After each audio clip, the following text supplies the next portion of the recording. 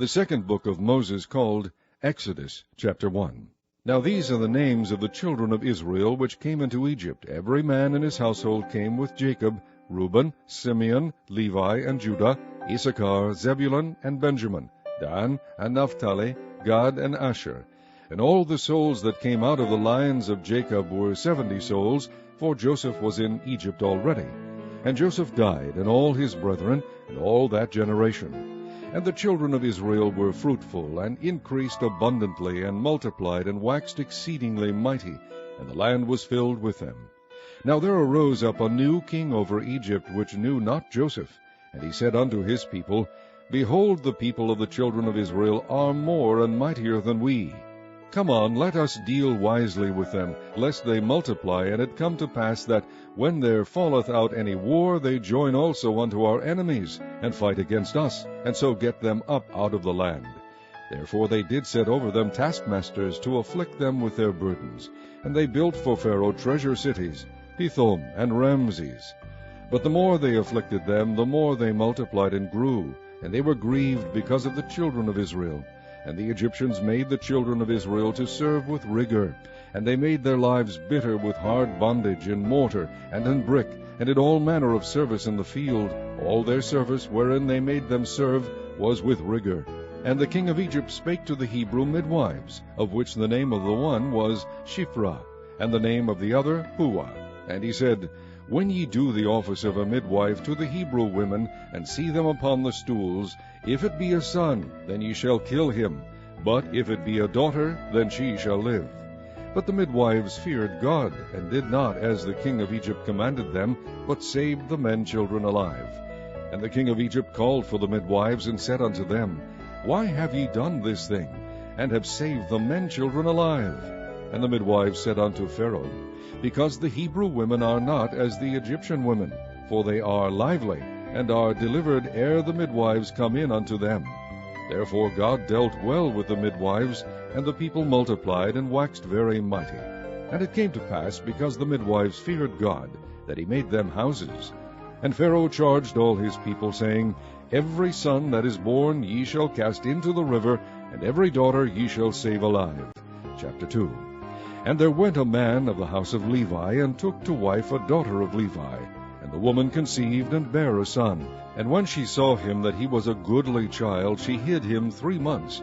And when she could not longer hide him, she took for him an ark of bulrushes, and daubed it with slime, and with pitch, and put the child therein. And she laid it in the flags by the river's brink.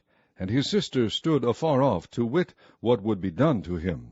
And the daughter of Pharaoh came down to wash herself at the river, and her maidens walked along by the river's side. And when she saw the ark among the flags, she sent her maid to fetch it.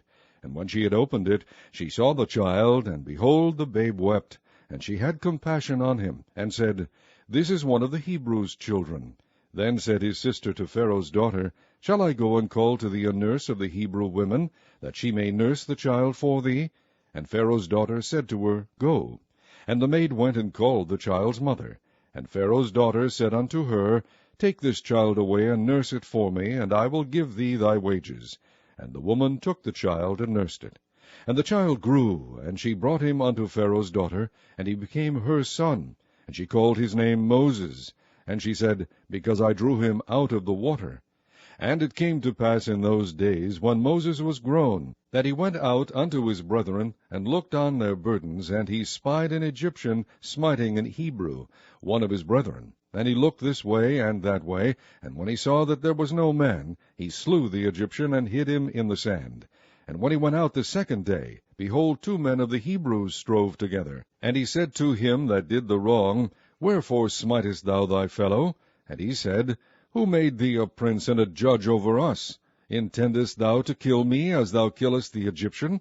And Moses feared, and said, Surely this thing is known. Now when Pharaoh heard this thing, he sought to slay Moses. But Moses fled from the face of Pharaoh, and dwelt in the land of Midian. And he sat down by a well. Now the priest of Midian had 7 daughters, and they came and drew water, and filled the troughs to water their father's flock. And the shepherds came and drove them away, but Moses stood up and helped them, and watered their flock. And when they came to Reuel their father, he said, How is it that ye are come so soon today? And they said, An Egyptian delivered us out of the hand of the shepherds, and also drew water enough for us, and watered the flock. And he said unto his daughters, And where is he? Why is it that ye have left the man? Call him, that he may eat bread. And Moses was content to dwell with the man. And he gave Moses Zipporah his daughter, and she bare him a son, and he called his name Gershom, for he said, I have been a stranger in a strange land. And it came to pass in process of time that the king of Egypt died, and the children of Israel sighted by reason of the bondage, and they cried, and their cry came up unto God by reason of the bondage. And God heard their groaning, and God remembered his covenant with Abraham, with Isaac, and with Jacob. And God looked upon the children of Israel, and God had respect unto them. Chapter 3. Now Moses kept the flock of Jethro his father-in-law, the priest of Midian, and he led the flock to the backside of the desert, and came to the mountain of God, even to Horeb. And the angel of the Lord appeared unto him in a flame of fire out of the midst of a bush. And he looked, and behold, the bush burned with fire, and the bush was not consumed. And Moses said, I will now turn aside, and see this great sight, why the bush is not burnt. And when the Lord saw that he turned aside to see, God called unto him out of the midst of the bush, and said, Moses, Moses. And he said, Here am I. And he said, Draw not nigh hither, put off thy shoes from off thy feet, for the place whereon thou standest is holy ground. Moreover he said, I am the God of thy father, the God of Abraham, the God of Isaac, and the God of Jacob. And Moses hid his face, for he was afraid to look upon God. And the Lord said, I have surely seen the affliction of my people which are in Egypt, and have heard their cry by reason of their taskmasters, for I know their sorrows. And I am come down to deliver them out of the hand of the Egyptians, and to bring them up out of that land unto a good land, and a large, unto a land flowing with milk and honey, unto the place of the Canaanites, and the Hittites, and the Amorites, and the Perizzites, and the Hivites, and the Jebusites. Now therefore, behold, the cry of the children of Israel is come unto me, and I have also seen the oppression wherewith the Egyptians oppress them. Come now therefore, and I will send thee unto Pharaoh, that thou mayest bring forth my people, the children of Israel, out of Egypt. And Moses said unto God, Who am I, that I should go unto Pharaoh, and that I should bring forth the children of Israel out of Egypt? And he said, Certainly I will be with thee, and this shall be a token unto thee, that I have sent thee. When thou hast brought forth the people out of Egypt, ye shall serve God upon this mountain. And Moses said unto God, Behold, when I come unto the children of Israel, and shall say unto them, The God of your fathers hath sent me unto you, and they shall say to me, What is his name? What shall I say unto them? And God said unto Moses, I am that I am. And he said, Thus shalt thou say unto the children of Israel, I am hath sent me unto you. And God said moreover unto Moses, Thus shalt thou say unto the children of Israel, The Lord God of your fathers, the God of Abraham, the God of Isaac, and the God of Jacob, hath sent me unto you.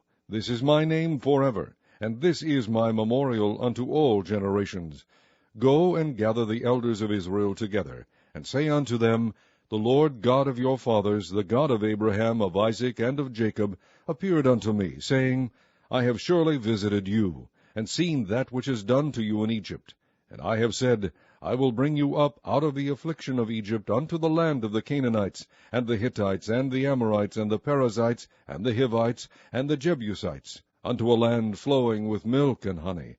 And they shall hearken to thy voice, and thou shalt come, thou and the elders of Egypt, unto the king of Egypt, and ye shall say unto him, The Lord God of the Hebrews hath met with us. And now let us go, we beseech thee, 3 days' journey into the wilderness, that we may sacrifice to the Lord our God. And I am sure that the king of Egypt will not let you go, no, not by a mighty hand. And I will stretch out my hand, and smite Egypt with all my wonders, which I will do in the midst thereof, and after that he will let you go. And I will give this people favor in the sight of the Egyptians. And it shall come to pass that, when ye go, ye shall not go empty. But every woman shall borrow of her neighbor, and of her that sojourneth in her house, jewels of silver, and jewels of gold, and raiment, and ye shall put them upon your sons, and upon your daughters, and ye shall spoil the Egyptians. Chapter 4.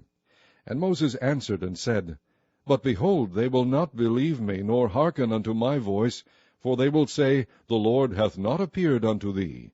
And the Lord said unto him, What is that in thine hand? And he said, A rod. And he said, Cast it on the ground. And he cast it on the ground, and it became a serpent, and Moses fled from before it. And the Lord said unto Moses, Put forth thine hand, and take it by the tail. And he put forth his hand, and caught it, and it became a rod in his hand, that they might believe that the Lord God of their fathers, the God of Abraham, the God of Isaac, and the God of Jacob, hath appeared unto thee. And the Lord said furthermore unto him, Put now thine hand into thy bosom. And he put his hand into his bosom, and when he took it out, behold, his hand was leprous as snow. And he said, Put thine hand into thy bosom again. And he put his hand into his bosom again, and plucked it out of his bosom, and behold, it was turned again as his other flesh.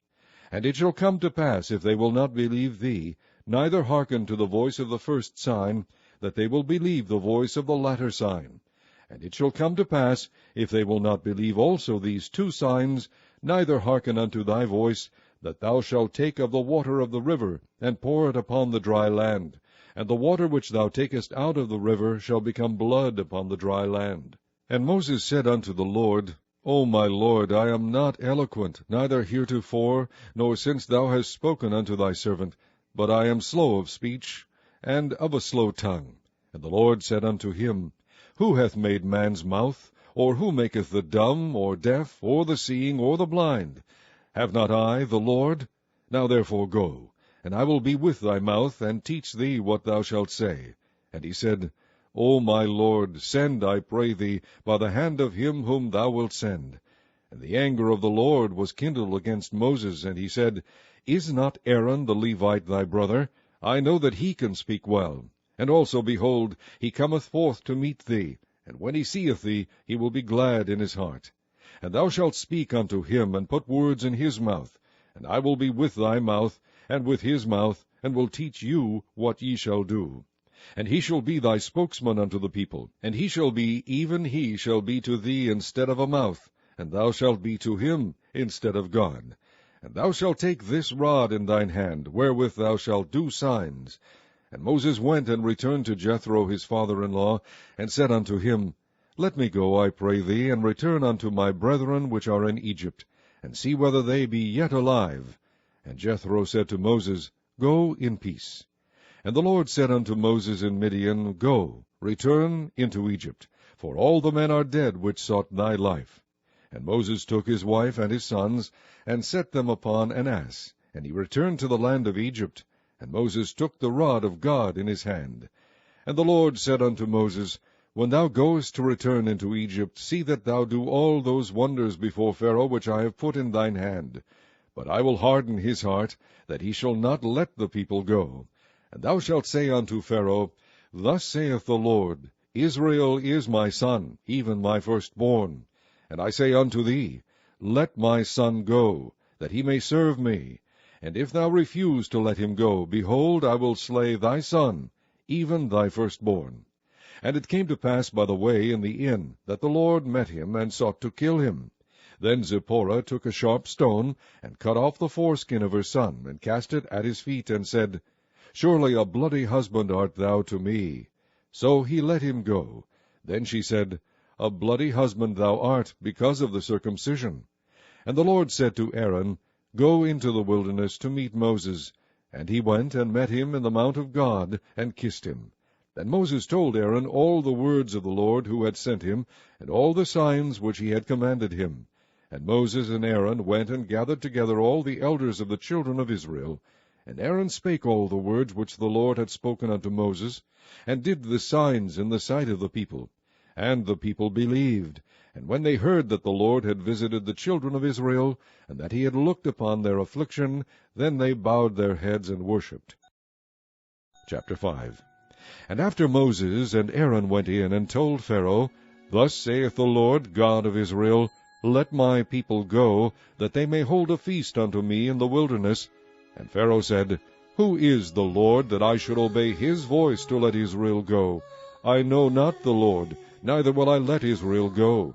And they said, The God of the Hebrews hath met with us. Let us go, we pray thee, 3 days' journey into the desert, and sacrifice unto the Lord our God, lest he fall upon us with pestilence, or with the sword. And the king of Egypt said unto them, Wherefore do ye, Moses and Aaron, let the people from their works get you unto your burdens? And Pharaoh said, Behold, the people of the land now are many, and ye make them rest from their burdens. And Pharaoh commanded the same day the taskmasters of the people and their officers, saying, Ye shall no more give the people straw to make brick, as heretofore.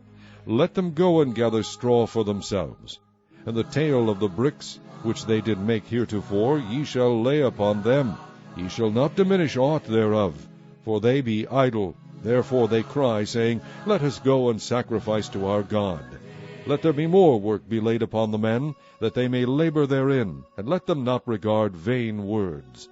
And the taskmasters of the people went out, and their officers, and they spake to the people, saying, Thus saith Pharaoh, I will not give you straw. Go ye, get you straw where ye can find it, yet not aught of your work shall be diminished. So the people were scattered abroad throughout the land of Egypt, to gather stubble instead of straw. And the taskmasters hasted them, saying, Fulfill your works, your daily tasks, as when there was straw. And the officers of the children of Israel, which Pharaoh's taskmasters had set over them, were beaten, and demanded, Wherefore have ye not fulfilled your task in making brick both yesterday and today, as heretofore? Then the officers of the children of Israel came and cried unto Pharaoh, saying, Wherefore dealest thou thus with thy servants? There is no straw given unto thy servants, and they say to us, Make brick. And behold, thy servants are beaten, but the fault is in thine own people. But he said, Ye are idle, ye are idle. Therefore ye say, Let us go and do sacrifice to the Lord. Go therefore now and work, for there shall no straw be given you, yet shall ye deliver the tale of bricks. And the officers of the children of Israel did see that they were in evil case, after it was said, Ye shall not minish aught from your bricks of your daily task. And they met Moses and Aaron, who stood in the way, as they came forth from Pharaoh. And they said unto them, The Lord look upon you, and judge, because ye have made our savour to be abhorred in the eyes of Pharaoh, and in the eyes of his servants, to put a sword in their hand to slay us. And Moses returned unto the Lord, and said, Lord, wherefore hast thou so evil entreated this people? Why is it that thou hast sent me? For since I came to Pharaoh to speak in thy name, he hath done evil to this people, neither hast thou delivered thy people at all. Chapter 6.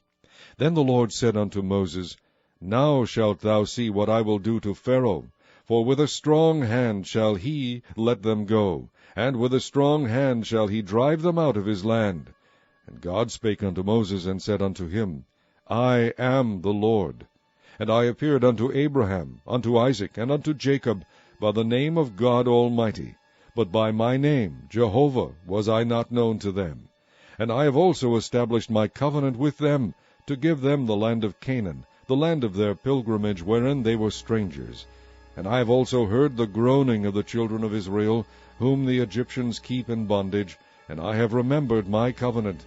Wherefore say unto the children of Israel, I am the Lord, and I will bring you out from under the burdens of the Egyptians, and I will rid you out of their bondage, and I will redeem you with a stretched out arm, and with great judgments. And I will take you to me for a people, and I will be to you a God. And ye shall know that I am the Lord your God, which bringeth you out from under the burdens of the Egyptians.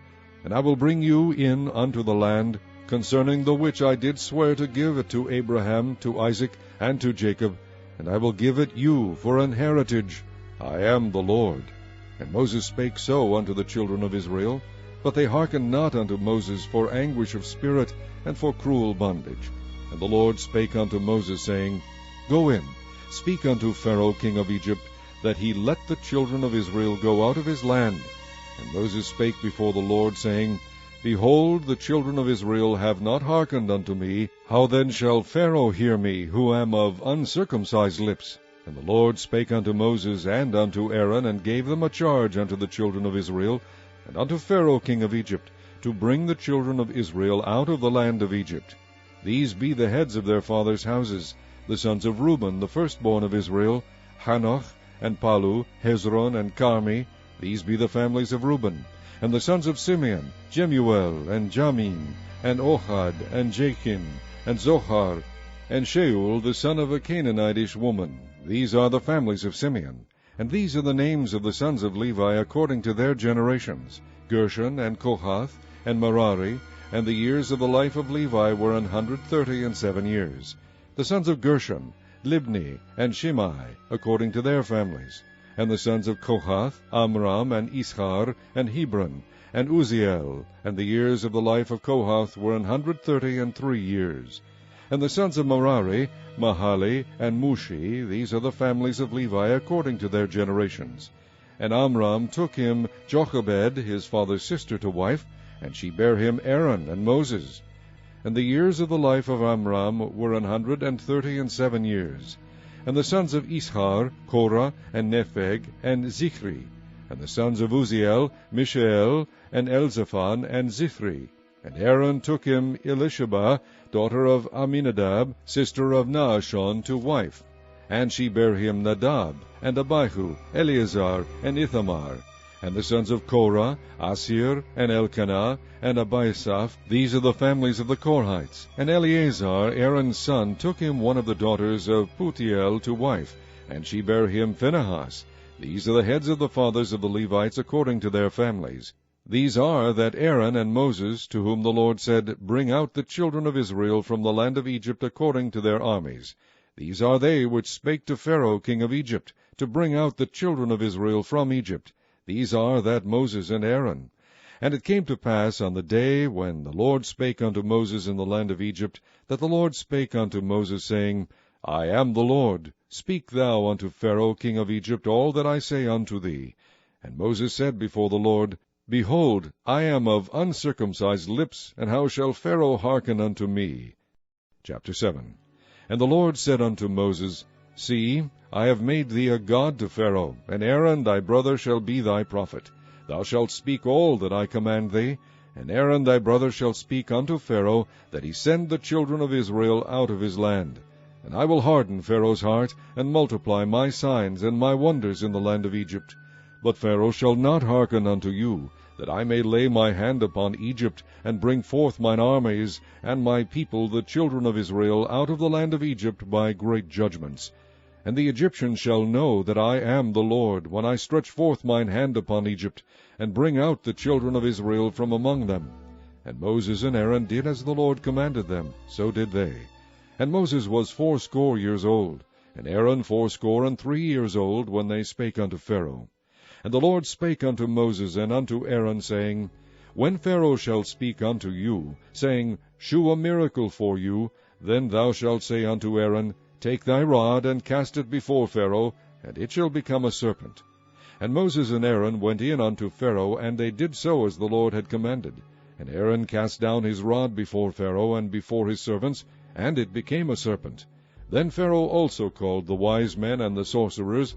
Now the magicians of Egypt, they also did in like manner with their enchantments. For they cast down every man his rod, and they became serpents. But Aaron's rod swallowed up their rods. And he hardened Pharaoh's heart, that he hearkened not unto them, as the Lord had said. And the Lord said unto Moses, Pharaoh's heart is hardened, he refuseth to let the people go. Get thee unto Pharaoh in the morning, lo, he goeth out unto the water, and thou shalt stand by the river's brink against he come. And the rod which was turned to a serpent shalt thou take in thine hand. And thou shalt say unto him, The Lord God of the Hebrews hath sent me unto thee, saying, Let my people go, that they may serve me in the wilderness. And behold, hitherto thou wouldest not hear. Thus saith the Lord, In this thou shalt know that I am the Lord. Behold, I will smite with the rod that is in mine hand upon the waters which are in the river, and they shall be turned to blood. And the fish that is in the river shall die, and the river shall stink, and the Egyptians shall loathe to drink of the water of the river.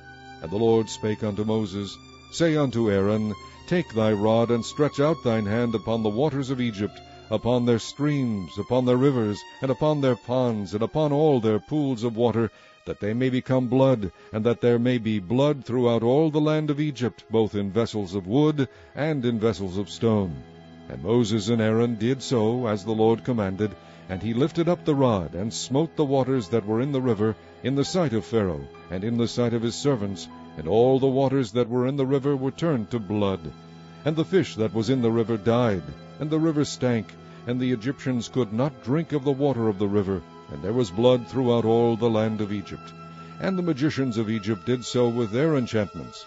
And Pharaoh's heart was hardened, neither did he hearken unto them, as the Lord had said. And Pharaoh turned and went into his house, neither did he set his heart to this also. And all the Egyptians digged round about the river for water to drink, for they could not drink of the water of the river. And 7 days were fulfilled after that the Lord had smitten the river. Chapter 8. And the Lord spake unto Moses, Go unto Pharaoh, and say unto him, Thus saith the Lord, Let my people go, that they may serve me. And if thou refuse to let them go, behold, I will smite all thy borders with frogs.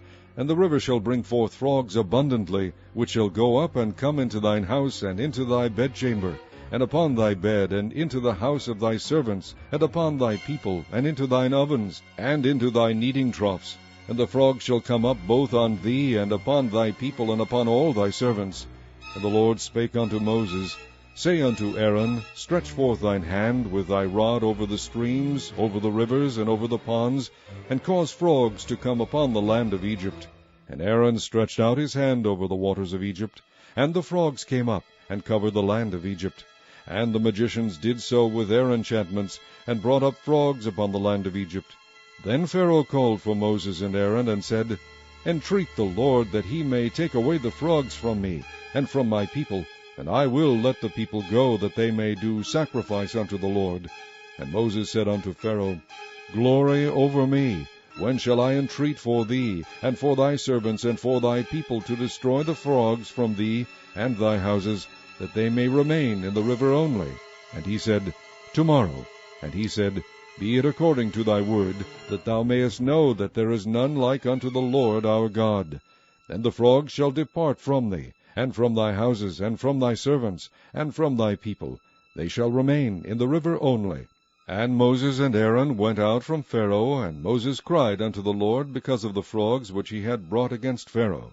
And the Lord did according to the word of Moses, and the frogs died out of the houses, out of the villages, and out of the fields. And they gathered them together upon heaps, and the land stank. But when Pharaoh saw that there was respite, he hardened his heart, and hearkened not unto them, as the Lord had said. And the Lord said unto Moses, Say unto Aaron, Stretch out thy rod, and smite the dust of the land, that it may become lice throughout all the land of Egypt. And they did so. For Aaron stretched out his hand with his rod, and smote the dust of the earth, and it became lice in man and in beast.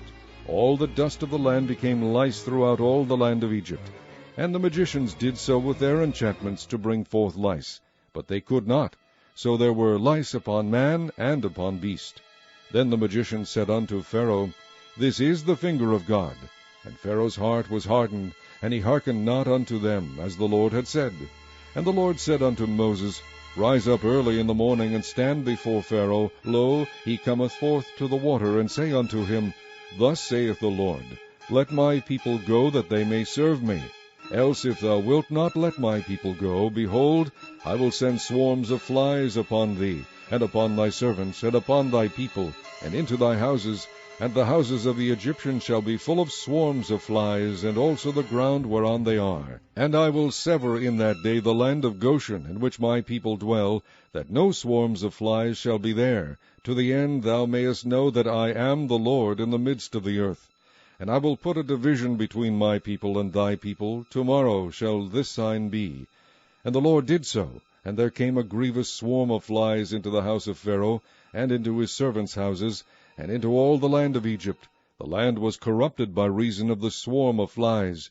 And Pharaoh called for Moses and for Aaron, and said, Go ye, sacrifice to your God in the land. And Moses said, It is not meet so to do, for we shall sacrifice the abomination of the Egyptians to the Lord our God. Lo, shall we sacrifice the abomination of the Egyptians before their eyes, and will they not stone us? We will go 3 days' journey into the wilderness, and sacrifice to the Lord our God, as he shall command us. And Pharaoh said, I will let you go, that ye may sacrifice to the Lord your God in the wilderness. Only ye shall not go very far away, entreat for me. And Moses said, Behold, I go out from thee, and I will entreat the Lord that the swarms of flies may depart from Pharaoh, from his servants, and from his people tomorrow. But let not Pharaoh deal deceitfully any more in not letting the people go to sacrifice to the Lord. And Moses went out from Pharaoh, and entreated the Lord. And the Lord did according to the word of Moses, and he removed the swarms of flies from Pharaoh, from his servants, and from his people. There remained not one. And Pharaoh hardened his heart at this time also, neither would he let the people go. Chapter 9. Then the Lord said unto Moses, Go in unto Pharaoh, and tell him, Thus saith the Lord God of the Hebrews, Let my people go, that they may serve me. For if thou refuse to let them go, and wilt hold them still, behold, the hand of the Lord is upon thy cattle which is in the field, upon the horses, upon the asses, upon the camels, upon the oxen, and upon the sheep. There shall be a very grievous murrain. And the Lord shall sever between the cattle of Israel and the cattle of Egypt, and there shall nothing die of all that is the children's of Israel. And the Lord appointed a set time, saying, Tomorrow the Lord shall do this thing in the land. And the Lord did that thing on the morrow, and all the cattle of Egypt died, but of the cattle of the children of Israel died not one. And Pharaoh sent, and behold, there was not one of the cattle of the Israelites dead. And the heart of Pharaoh was hardened, and he did not let the people go. And the Lord said unto Moses and unto Aaron, Take to you handfuls of ashes of the furnace, and let Moses sprinkle it toward the heaven in the sight of Pharaoh, and it shall become small dust in all the land of Egypt, and shall be a boil breaking forth with blains upon man and upon beast throughout all the land of Egypt. And they took ashes of the furnace, and stood before Pharaoh, and Moses sprinkled it up toward heaven, and it became a boil breaking forth with blains upon man and upon beast. And the magicians could not stand before Moses because of the boils, for the boil was upon the magicians, and upon all the Egyptians. And the Lord hardened the heart of Pharaoh, and he hearkened not unto them, as the Lord had spoken unto Moses. And the Lord said unto Moses, Rise up early in the morning, and stand before Pharaoh, and say unto him, Thus saith the Lord God of the Hebrews, Let my people go, that they may serve me. For I will at this time send all my plagues upon thine heart, and upon thy servants, and upon thy people, that thou mayest know that there is none like me in all the earth. For now I will stretch out my hand, that I may smite thee and thy people with pestilence, and thou shalt be cut off from the earth. And in very deed for this cause have I raised thee up, for to shew in thee my power, and that my name may be declared throughout all the earth. As yet exaltest thou thyself against my people, that thou wilt not let them go. Behold, tomorrow about this time I will cause it to rain a very grievous hail, such as hath not been in Egypt since the foundation thereof even until now. Send therefore now, and gather thy cattle, and all that thou hast in the field, for upon every man and beast which shall be found in the field, and shall not be brought home, the hail shall come down upon them, and they shall die. He that feared the word of the Lord among the servants of Pharaoh made his servants and his cattle flee into the houses. And he that regarded not the word of the Lord left his servants and his cattle in the field. And the Lord said unto Moses, Stretch forth thine hand toward heaven, that there may be hail in all the land of Egypt, upon man, and upon beast, and upon every herb of the field, throughout the land of Egypt. And Moses stretched forth his rod toward heaven, and the Lord sent thunder and hail, and the fire ran along upon the ground, and the Lord rained hail upon the land of Egypt. So there was hail, and fire mingled with the hail, very grievous, such as there was none like it in all the land of Egypt since it became a nation. And the hail smote throughout all the land of Egypt all that was in the field, both man and beast. And the hail smote every herb of the field, and brake every tree of the field. Only in the land of Goshen, where the children of Israel were, was there no hail. And Pharaoh sent and called for Moses and Aaron, and said unto them, I have sinned this time. The Lord is righteous, and I and my people are wicked. Entreat the Lord, for it is enough, that there be no more mighty thunderings and hail, and I will let you go, and ye shall stay no longer.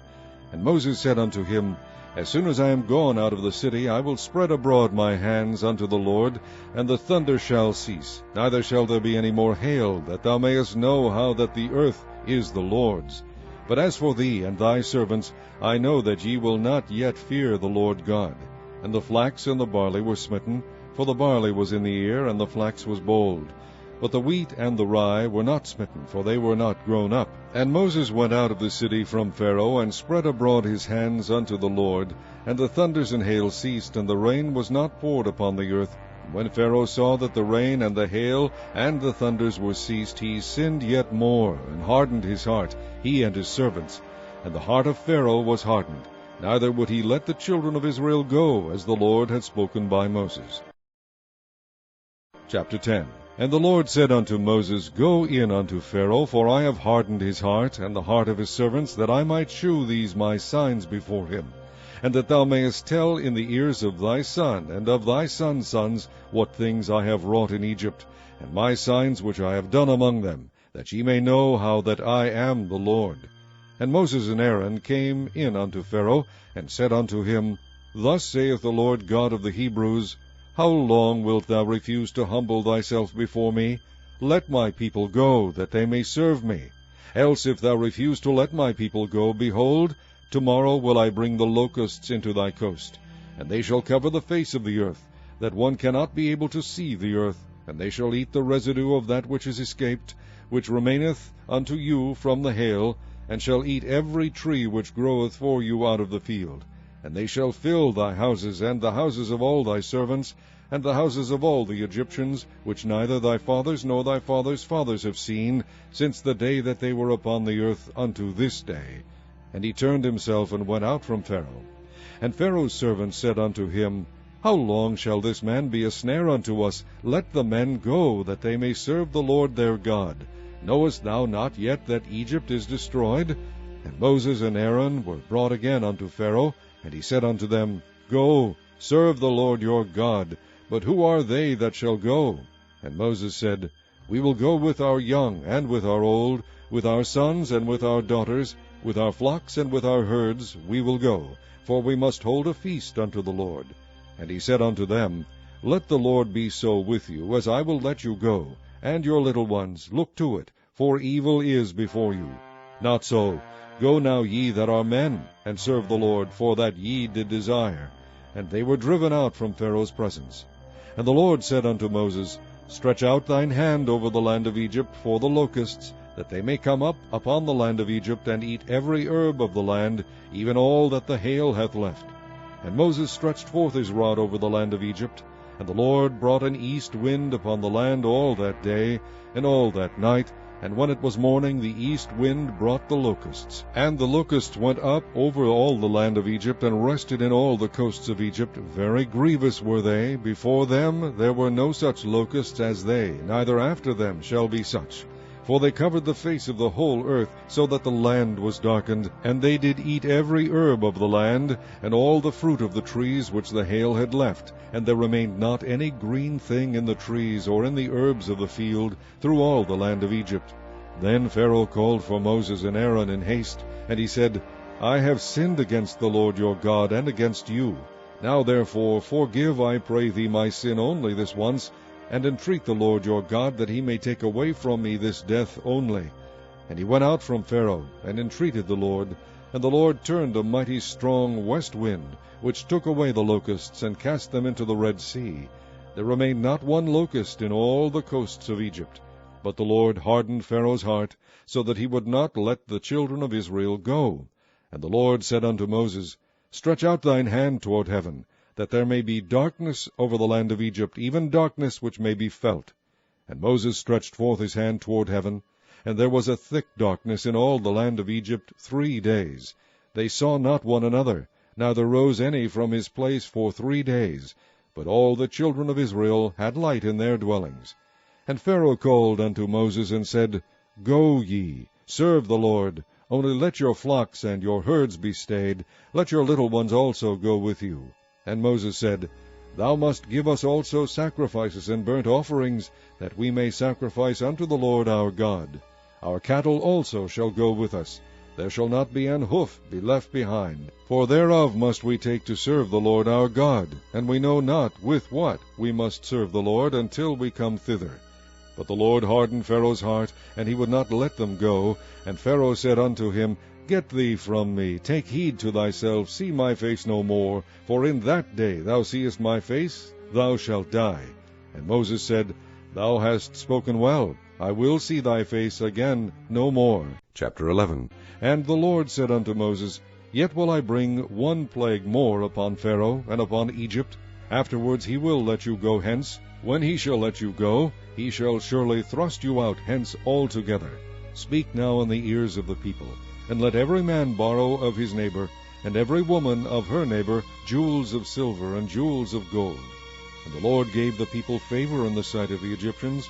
Moreover, the man Moses was very great in the land of Egypt, in the sight of Pharaoh's servants, and in the sight of the people. And Moses said, Thus saith the Lord, About midnight will I go out into the midst of Egypt, and all the firstborn in the land of Egypt shall die, from the firstborn of Pharaoh that sitteth upon his throne, even unto the firstborn of the maidservant that is behind the mill, and all the firstborn of beasts. And there shall be a great cry throughout all the land of Egypt, such as there was none like it, nor shall be like it any more.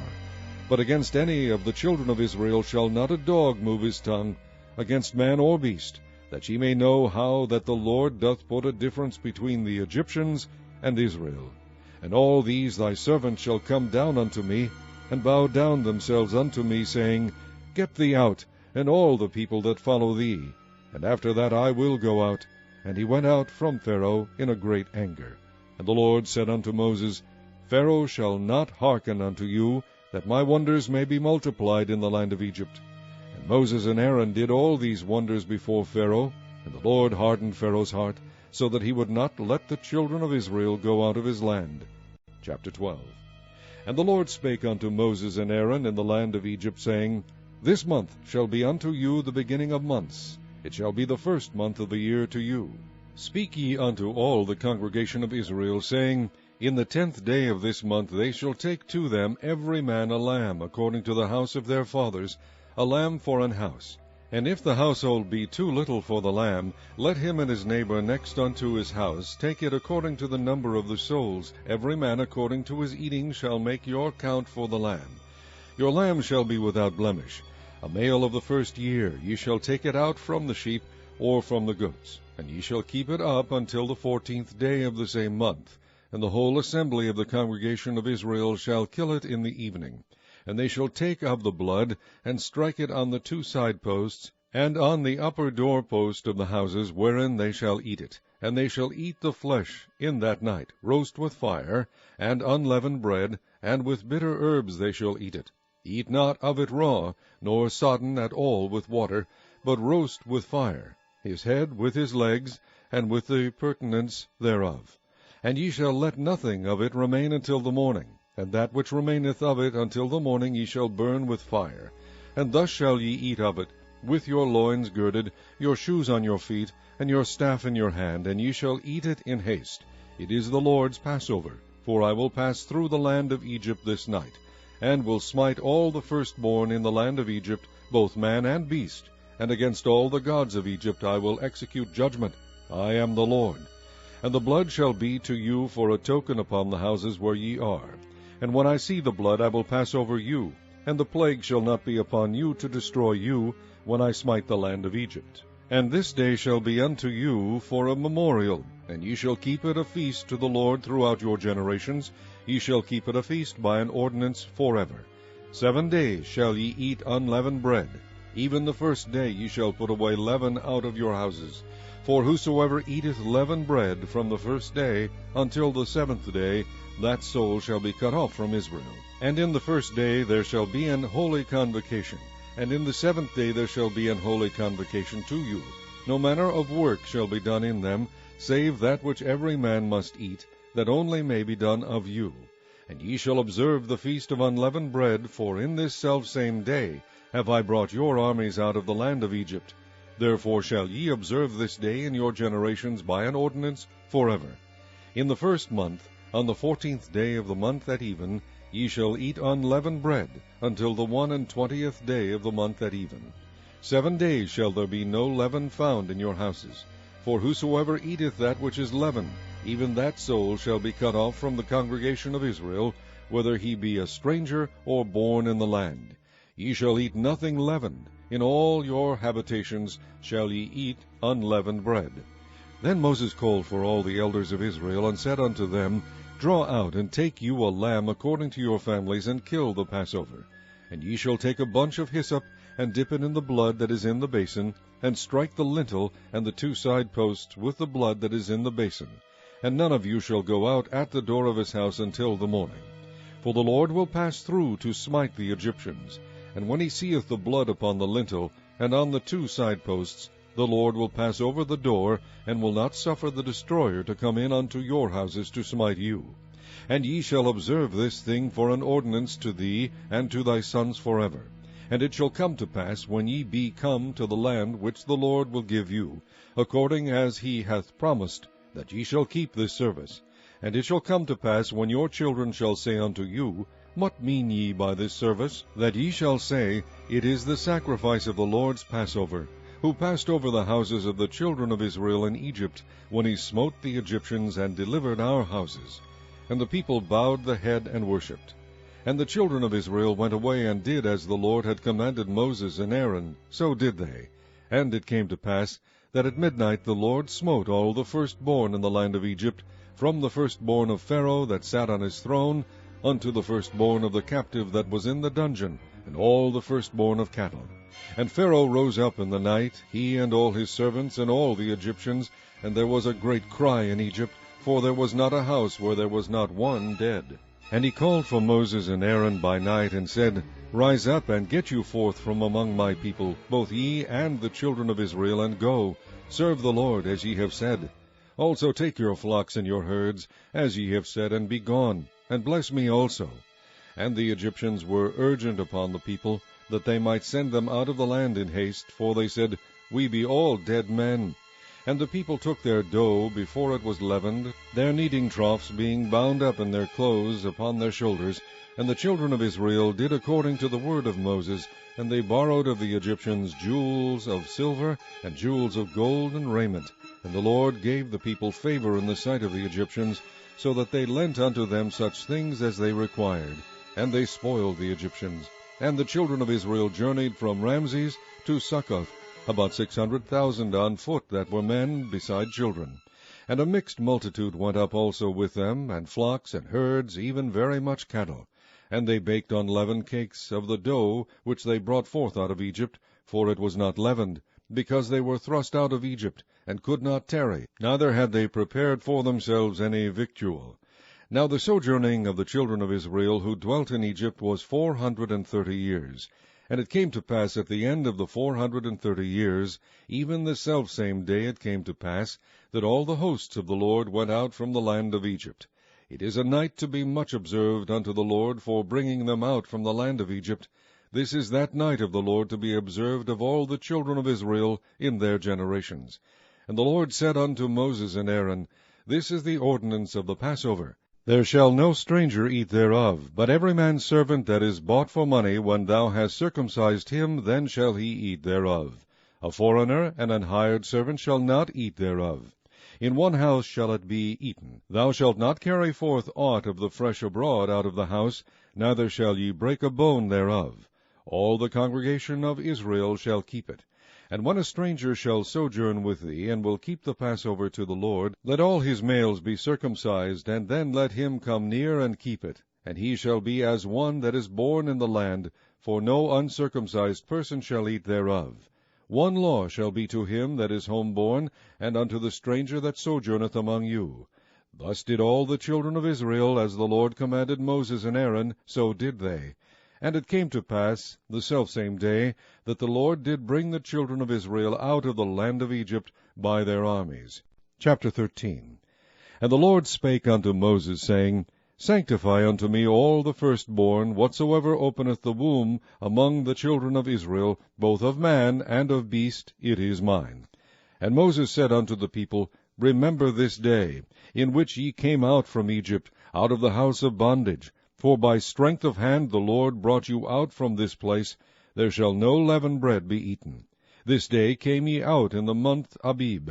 And it shall be, when the Lord shall bring thee into the land of the Canaanites, and the Hittites, and the Amorites, and the Hivites, and the Jebusites, which he sware unto thy fathers to give thee, a land flowing with milk and honey, that thou shalt keep this service in this month. 7 days thou shalt eat unleavened bread, and in the 7th day shall be a feast to the Lord. Unleavened bread shall be eaten 7 days, and there shall no leavened bread be seen with thee, neither shall there be leaven seen with thee in all thy quarters. And thou shalt shew thy son in that day, saying, This is done because of that which the Lord did unto me when I came forth out of Egypt. And it shall be for a sign unto thee upon thine hand, and for a memorial between thine eyes, that the Lord's law may be in thy mouth. For with a strong hand hath the Lord brought thee out of Egypt. Thou shalt therefore keep this ordinance in his season from year to year. And it shall be, when the Lord shall bring thee into the land of the Canaanites, as he sware unto thee and to thy fathers, and shall give it thee, that thou shalt set apart unto the Lord all that openeth the matrix, and every firstling that cometh of a beast which thou hast. The male shall be the Lord's. And every firstling of an ass thou shalt redeem with a lamb. And if thou wilt not redeem it, then thou shalt break his neck, and all the firstborn of man among thy children shalt thou redeem. And it shall be, when thy son asketh thee in time to come, saying, What is this? That thou shalt say unto him, By strength of hand the Lord brought us out from Egypt, from the house of bondage. And it came to pass, when Pharaoh would hardly let us go, that the Lord slew all the firstborn in the land of Egypt, both the firstborn of man and the firstborn of beast. Therefore I sacrifice to the Lord all that openeth the matrix, being males, but all the firstborn of my children I redeem.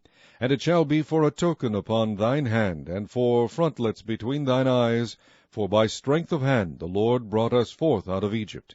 And it came to pass, when Pharaoh had let the people go, that God led them not through the way of the land of the Philistines, although that was near. For God said, Lest peradventure the people repent when they see war, and they return to Egypt. But God led the people about through the way of the wilderness of the Red Sea. And the children of Israel went up harnessed out of the land of Egypt. And Moses took the bones of Joseph with him, for he had straitly sworn the children of Israel, saying, God will surely visit you, and ye shall carry up my bones away hence with you. And they took their journey from Succoth, and encamped in Etham, in the edge of the wilderness. And the Lord went before them by day in a pillar of a cloud, to lead them the way, and by night in a pillar of fire, to give them light, to go by day and night. He took not away the pillar of the cloud by day, nor the pillar of fire by night, from before the people. Chapter 14. And the Lord spake unto Moses, saying, Speak unto the children of Israel, that they turn and encamp before Pihahiroth, between Migdol and the sea, over against Baal-zephon. Before it shall ye encamp by the sea. For Pharaoh will say of the children of Israel, They are entangled in the land, the wilderness hath shut them in. And I will harden Pharaoh's heart, that he shall follow after them. And I will be honored upon Pharaoh, and upon all his host, that the Egyptians may know that I am the Lord. And they did so. And it was told the king of Egypt that the people fled, and the heart of Pharaoh and of his servants was turned against the people. And they said, Why have we done this, that we have let Israel go from serving us? And he made ready his chariot, and took his people with him. And he took 600 chosen chariots, and all the chariots of Egypt, and captains over every one of them. And the Lord hardened the heart of Pharaoh king of Egypt, and he pursued after the children of Israel. And the children of Israel went out with an high hand. But the Egyptians pursued after them, all the horses and chariots of Pharaoh, and his horsemen, and his army, and overtook them, encamping by the sea, beside Pihahiroth, before Baal-zephon. And when Pharaoh drew nigh, the children of Israel lifted up their eyes, and behold, the Egyptians marched after them, and they were sore afraid. And the children of Israel cried out unto the Lord, and they said unto Moses, Because there were no graves in Egypt, hast thou taken us away to die in the wilderness? Wherefore hast thou dealt thus with us, to carry us forth out of Egypt? Is not this the word that we did tell thee in Egypt, saying, Let us alone, that we may serve the Egyptians? for it had been better for us to serve the Egyptians than that we should die in the wilderness. And Moses said unto the people, Fear ye not, stand still, and see the salvation of the Lord, which he will shew to you today. For the Egyptians whom ye have seen today, ye shall see them again no more forever. The Lord shall fight for you, and ye shall hold your peace. And the Lord said unto Moses, Wherefore criest thou unto me? Speak unto the children of Israel that they go forward. But lift thou up thy rod, and stretch out thine hand over the sea, and divide it. And the children of Israel shall go on dry ground through the midst of the sea. And I, behold, I will harden the hearts of the Egyptians, and they shall follow them. And I will get me honor upon Pharaoh, and upon all his host, upon his chariots, and upon his horsemen. And the Egyptians shall know that I am the Lord, when I have gotten me honor upon Pharaoh, upon his chariots, and upon his horsemen. And the angel of God, which went before the camp of Israel, removed, and went behind them. And the pillar of the cloud went from before their face, and stood behind them.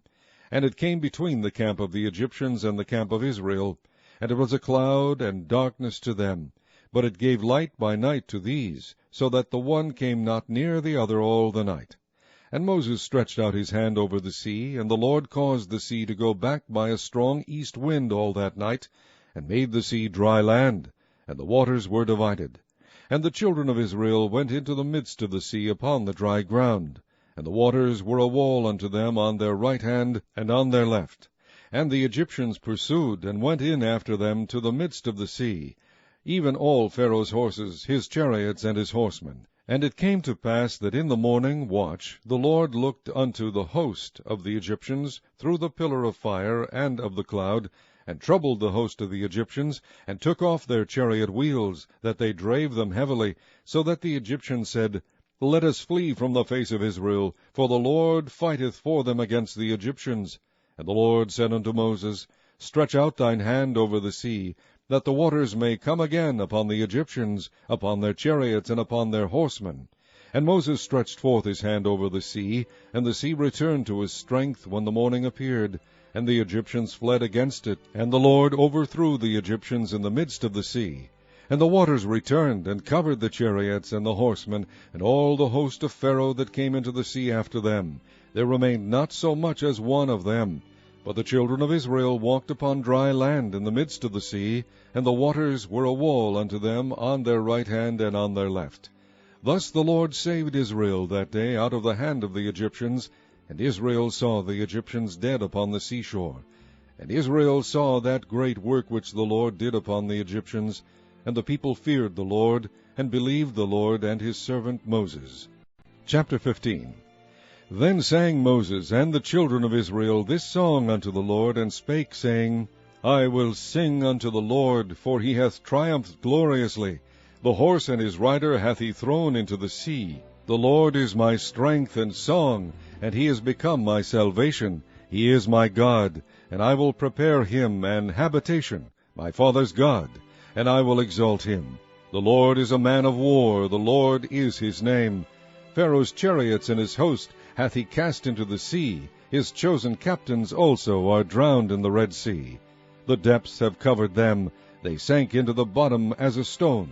Thy right hand, O Lord, is become glorious in power. Thy right hand, O Lord, hath dashed in pieces the enemy. And in the greatness of thine excellency thou hast overthrown them that rose up against thee. Thou sentest forth thy wrath, which consumed them as stubble. And with the blast of thy nostrils the waters were gathered together. The floods stood upright as an heap, and the depths were congealed in the heart of the sea.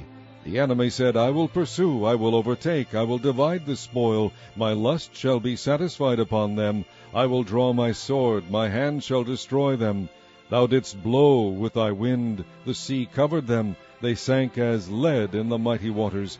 Who is like unto thee, O Lord, among the gods?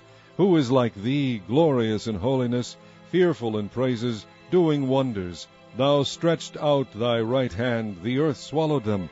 Thou in thy mercy hast led forth the people which thou hast redeemed. Thou hast guided them in thy strength unto thy holy habitation. The people shall hear, and be afraid. Sorrow shall take hold on the inhabitants of Palestina. Then the dukes of Edom shall be amazed, the mighty men of Moab, trembling shall take hold upon them. All the inhabitants of Canaan shall melt away. Fear and dread shall fall upon them. By the greatness of thine arm they shall be as still as a stone, till thy people pass over, O Lord, till the people pass over which thou hast purchased. Thou shalt bring them in, and plant them in the mountain of thine inheritance, in the place, O Lord, which thou hast made for thee to dwell in the sanctuary, O Lord, which thy hands have established. The Lord shall reign forever and ever. For the horse of Pharaoh went in with his chariots and with his horsemen into the sea, and the Lord brought again the waters of the sea upon them. But the children of Israel went on dry land in the midst of the sea. And Miriam the prophetess, the sister of Aaron, took a timbrel in her hand, and all the women went out after her with timbrels and with dances. And Miriam answered them, Sing ye to the Lord, for he hath triumphed gloriously. The horse and his rider hath he thrown into the sea. So Moses brought Israel from the Red Sea, and they went out into the wilderness of Shur. And they went 3 days in the wilderness, and found no water. And when they came to Marah, they could not drink of the waters of Marah, for they were bitter. Therefore the name of it was called Marah. And the people murmured against Moses, saying, What shall we drink? And he cried unto the Lord, and the Lord shewed him a tree, which when he had cast into the waters were made sweet.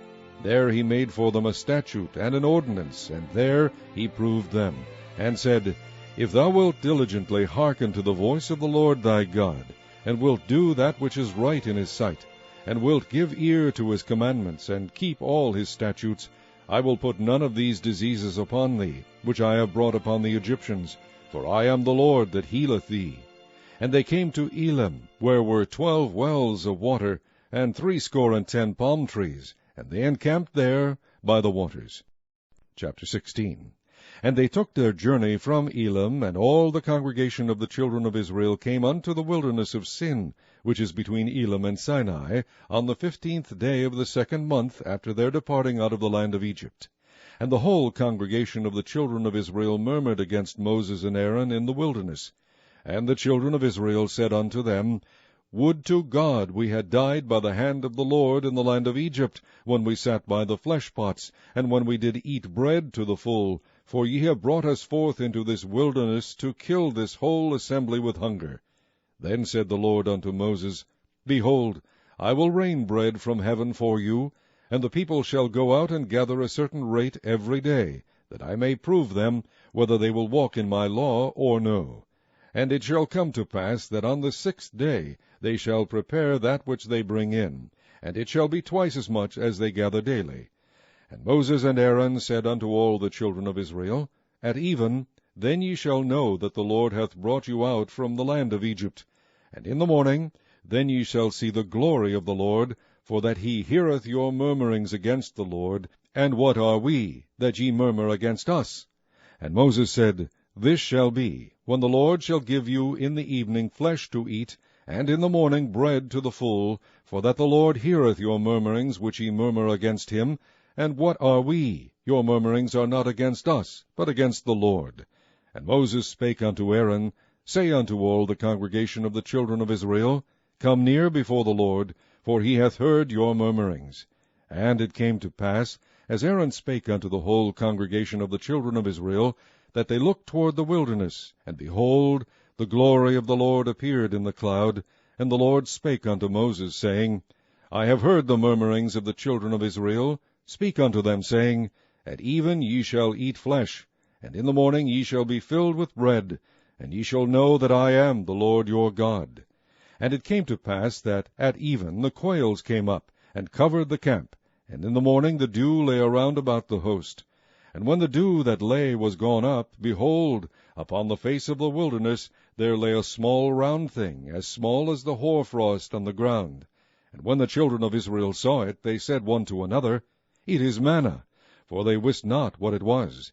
And Moses said unto them, This is the bread which the Lord hath given you to eat. This is the thing which the Lord hath commanded. Gather of it every man according to his eating, an omer for every man, according to the number of your persons. Take ye every man for them which are in his tents. And the children of Israel did so, and gathered, some more, some less. And when they did meet it with an omer, he that gathered much had nothing over, and he that gathered little had no lack. They gathered every man according to his eating. And Moses said, Let no man leave of it till the morning. Notwithstanding they hearkened not unto Moses, but some of them left of it until the morning, and it bred worms and stank, and Moses was wroth with them. And they gathered it every morning, every man according to his eating, and when the sun waxed hot it melted. And it came to pass that on the 6th day they gathered twice as much bread, 2 omers, for 1 man. And all the rulers of the congregation came and told Moses. And he said unto them, This is that which the Lord hath said, Tomorrow is the rest of the holy Sabbath unto the Lord. Bake that which ye will bake today, and seethe that ye will seethe, and that which remaineth over lay up for you to be kept until the morning. And they laid it up till the morning, as Moses bade, and it did not stink, neither was there any worm therein. And Moses said, Eat that today, for today is a Sabbath unto the Lord. Today ye shall not find it in the field. 6 days ye shall gather it, but on the 7th day, which is the Sabbath, in it there shall be none. And it came to pass that there went out some of the people on the 7th day for to gather, and they found none.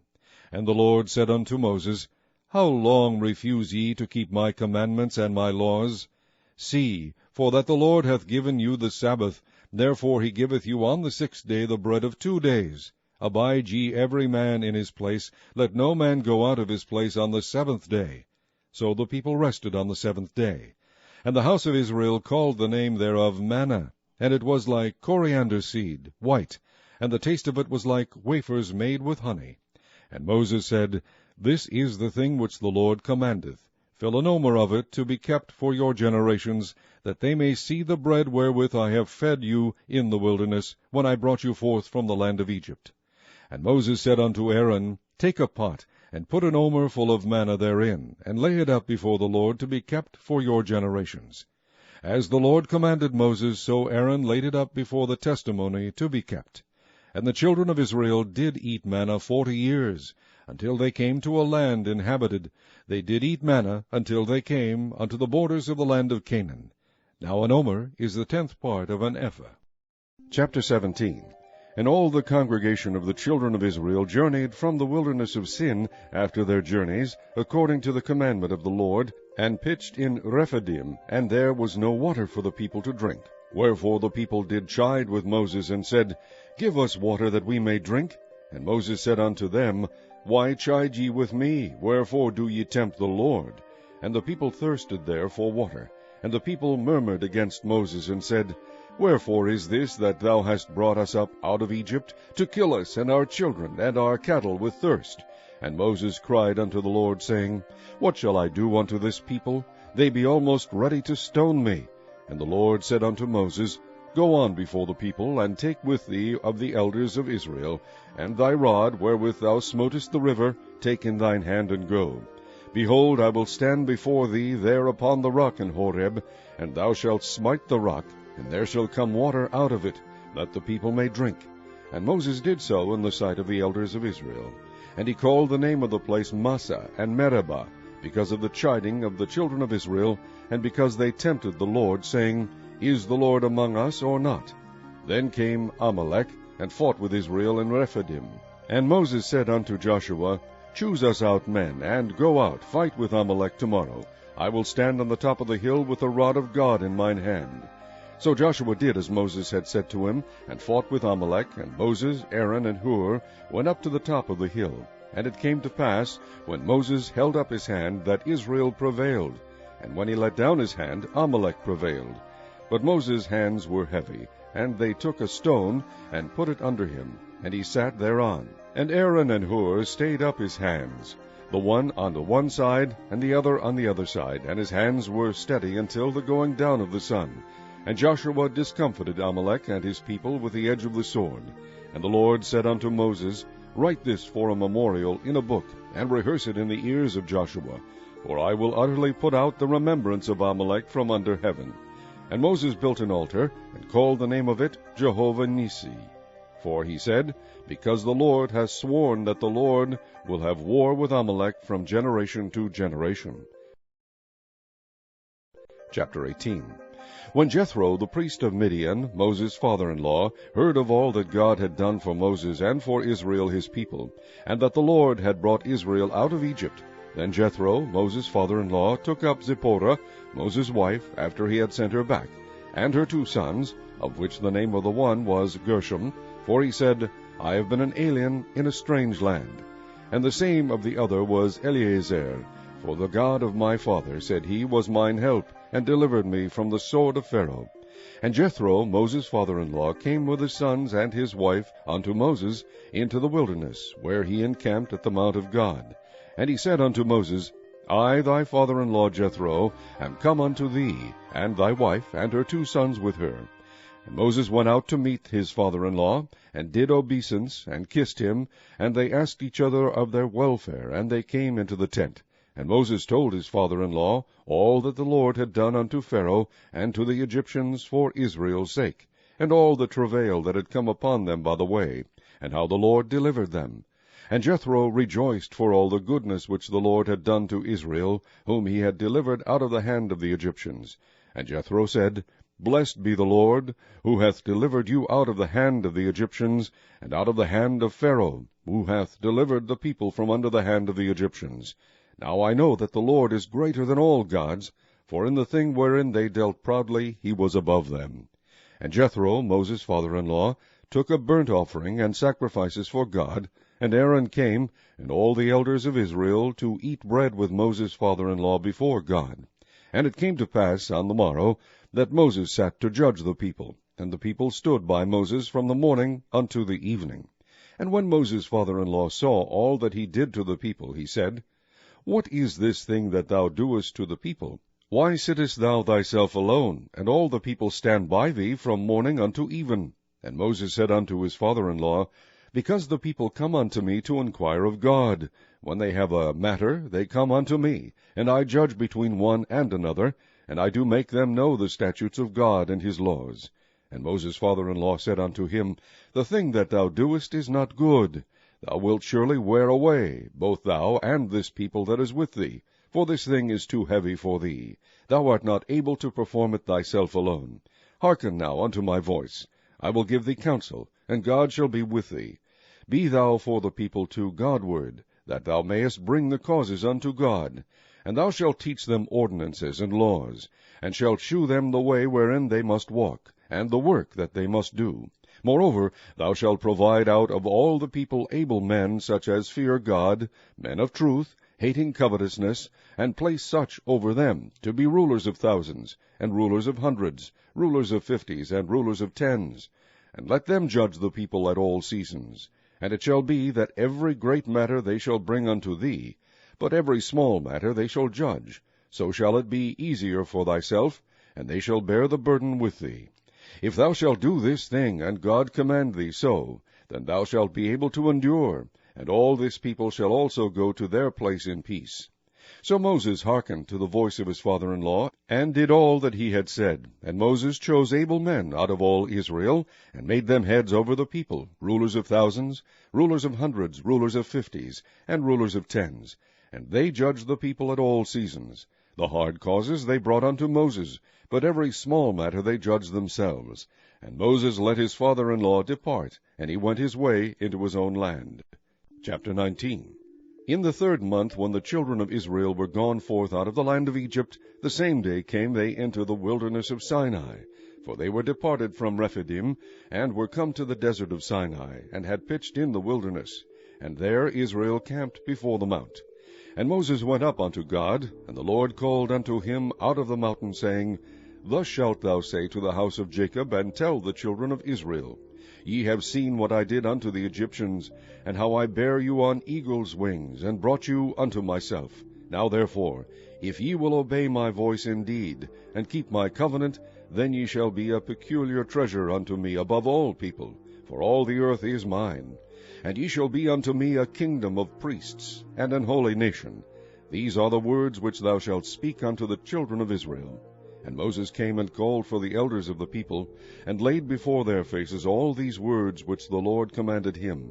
And all the people answered together, and said, All that the Lord hath spoken we will do. And Moses returned the words of the people unto the Lord. And the Lord said unto Moses, Lo, I come unto thee in a thick cloud, that the people may hear when I speak with thee, and believe thee forever. And Moses told the words of the people unto the Lord. And the Lord said unto Moses, Go unto the people, and sanctify them today and tomorrow, and let them wash their clothes, and be ready against the third day. For the third day the Lord will come down in the sight of all the people upon Mount Sinai. And thou shalt set bounds unto the people round about, saying, Take heed to yourselves that ye go not up into the mount, or touch the border of it. Whosoever toucheth the mount shall be surely put to death. There shall not an hand touch it, but he shall surely be stoned, or shot through. Whether it be beast or man, it shall not live. When the trumpet soundeth long, they shall come up to the mount. And Moses went down from the mount unto the people, and sanctified the people, and they washed their clothes. And he said unto the people, Be ready against the third day, come not at your wives. And it came to pass on the third day in the morning, that there were thunders and lightnings, and a thick cloud upon the mount, and the voice of the trumpet exceeding loud, so that all the people that was in the camp trembled. And Moses brought forth the people out of the camp to meet with God, and they stood at the nether part of the mount. And Mount Sinai was altogether on a smoke, because the Lord descended upon it in fire, and the smoke thereof ascended as the smoke of a furnace, and the whole mount quaked greatly. And when the voice of the trumpet sounded long, and waxed louder and louder, Moses spake, and God answered him by a voice. And the Lord came down upon Mount Sinai, on the top of the mount. And the Lord called Moses up to the top of the mount, and Moses went up. And the Lord said unto Moses, Go down, charge the people, lest they break through unto the Lord to gaze, and many of them perish. And let the priests also, which come near to the Lord, sanctify themselves, lest the Lord break forth upon them. And Moses said unto the Lord, The people cannot come up to Mount Sinai, for thou chargest us, saying, Set bounds about the mount, and sanctify it. And the Lord said unto him, Away, get thee down, and thou shalt come up, thou and Aaron with thee. But let not the priests and the people break through to come up unto the Lord, lest he break forth upon them. So Moses went down unto the people, and spake unto them. Chapter 20. And God spake all these words, saying, I am the Lord thy God, which have brought thee out of the land of Egypt, out of the house of bondage. Thou shalt have no other gods before me. Thou shalt not make unto thee any graven image, or any likeness of anything that is in heaven above, or that is in the earth beneath, or that is in the water under the earth. Thou shalt not bow down thyself to them, nor serve them. For I, the Lord thy God, am a jealous God, visiting the iniquity of the fathers upon the children unto the third and fourth generation of them that hate me, and shewing mercy unto thousands of them that love me, and keep my commandments. Thou shalt not take the name of the Lord thy God in vain, for the Lord will not hold him guiltless that taketh his name in vain. Remember the Sabbath day, to keep it holy. 6 days shalt thou labor, and do all thy work. But the seventh day is the Sabbath of the Lord thy God.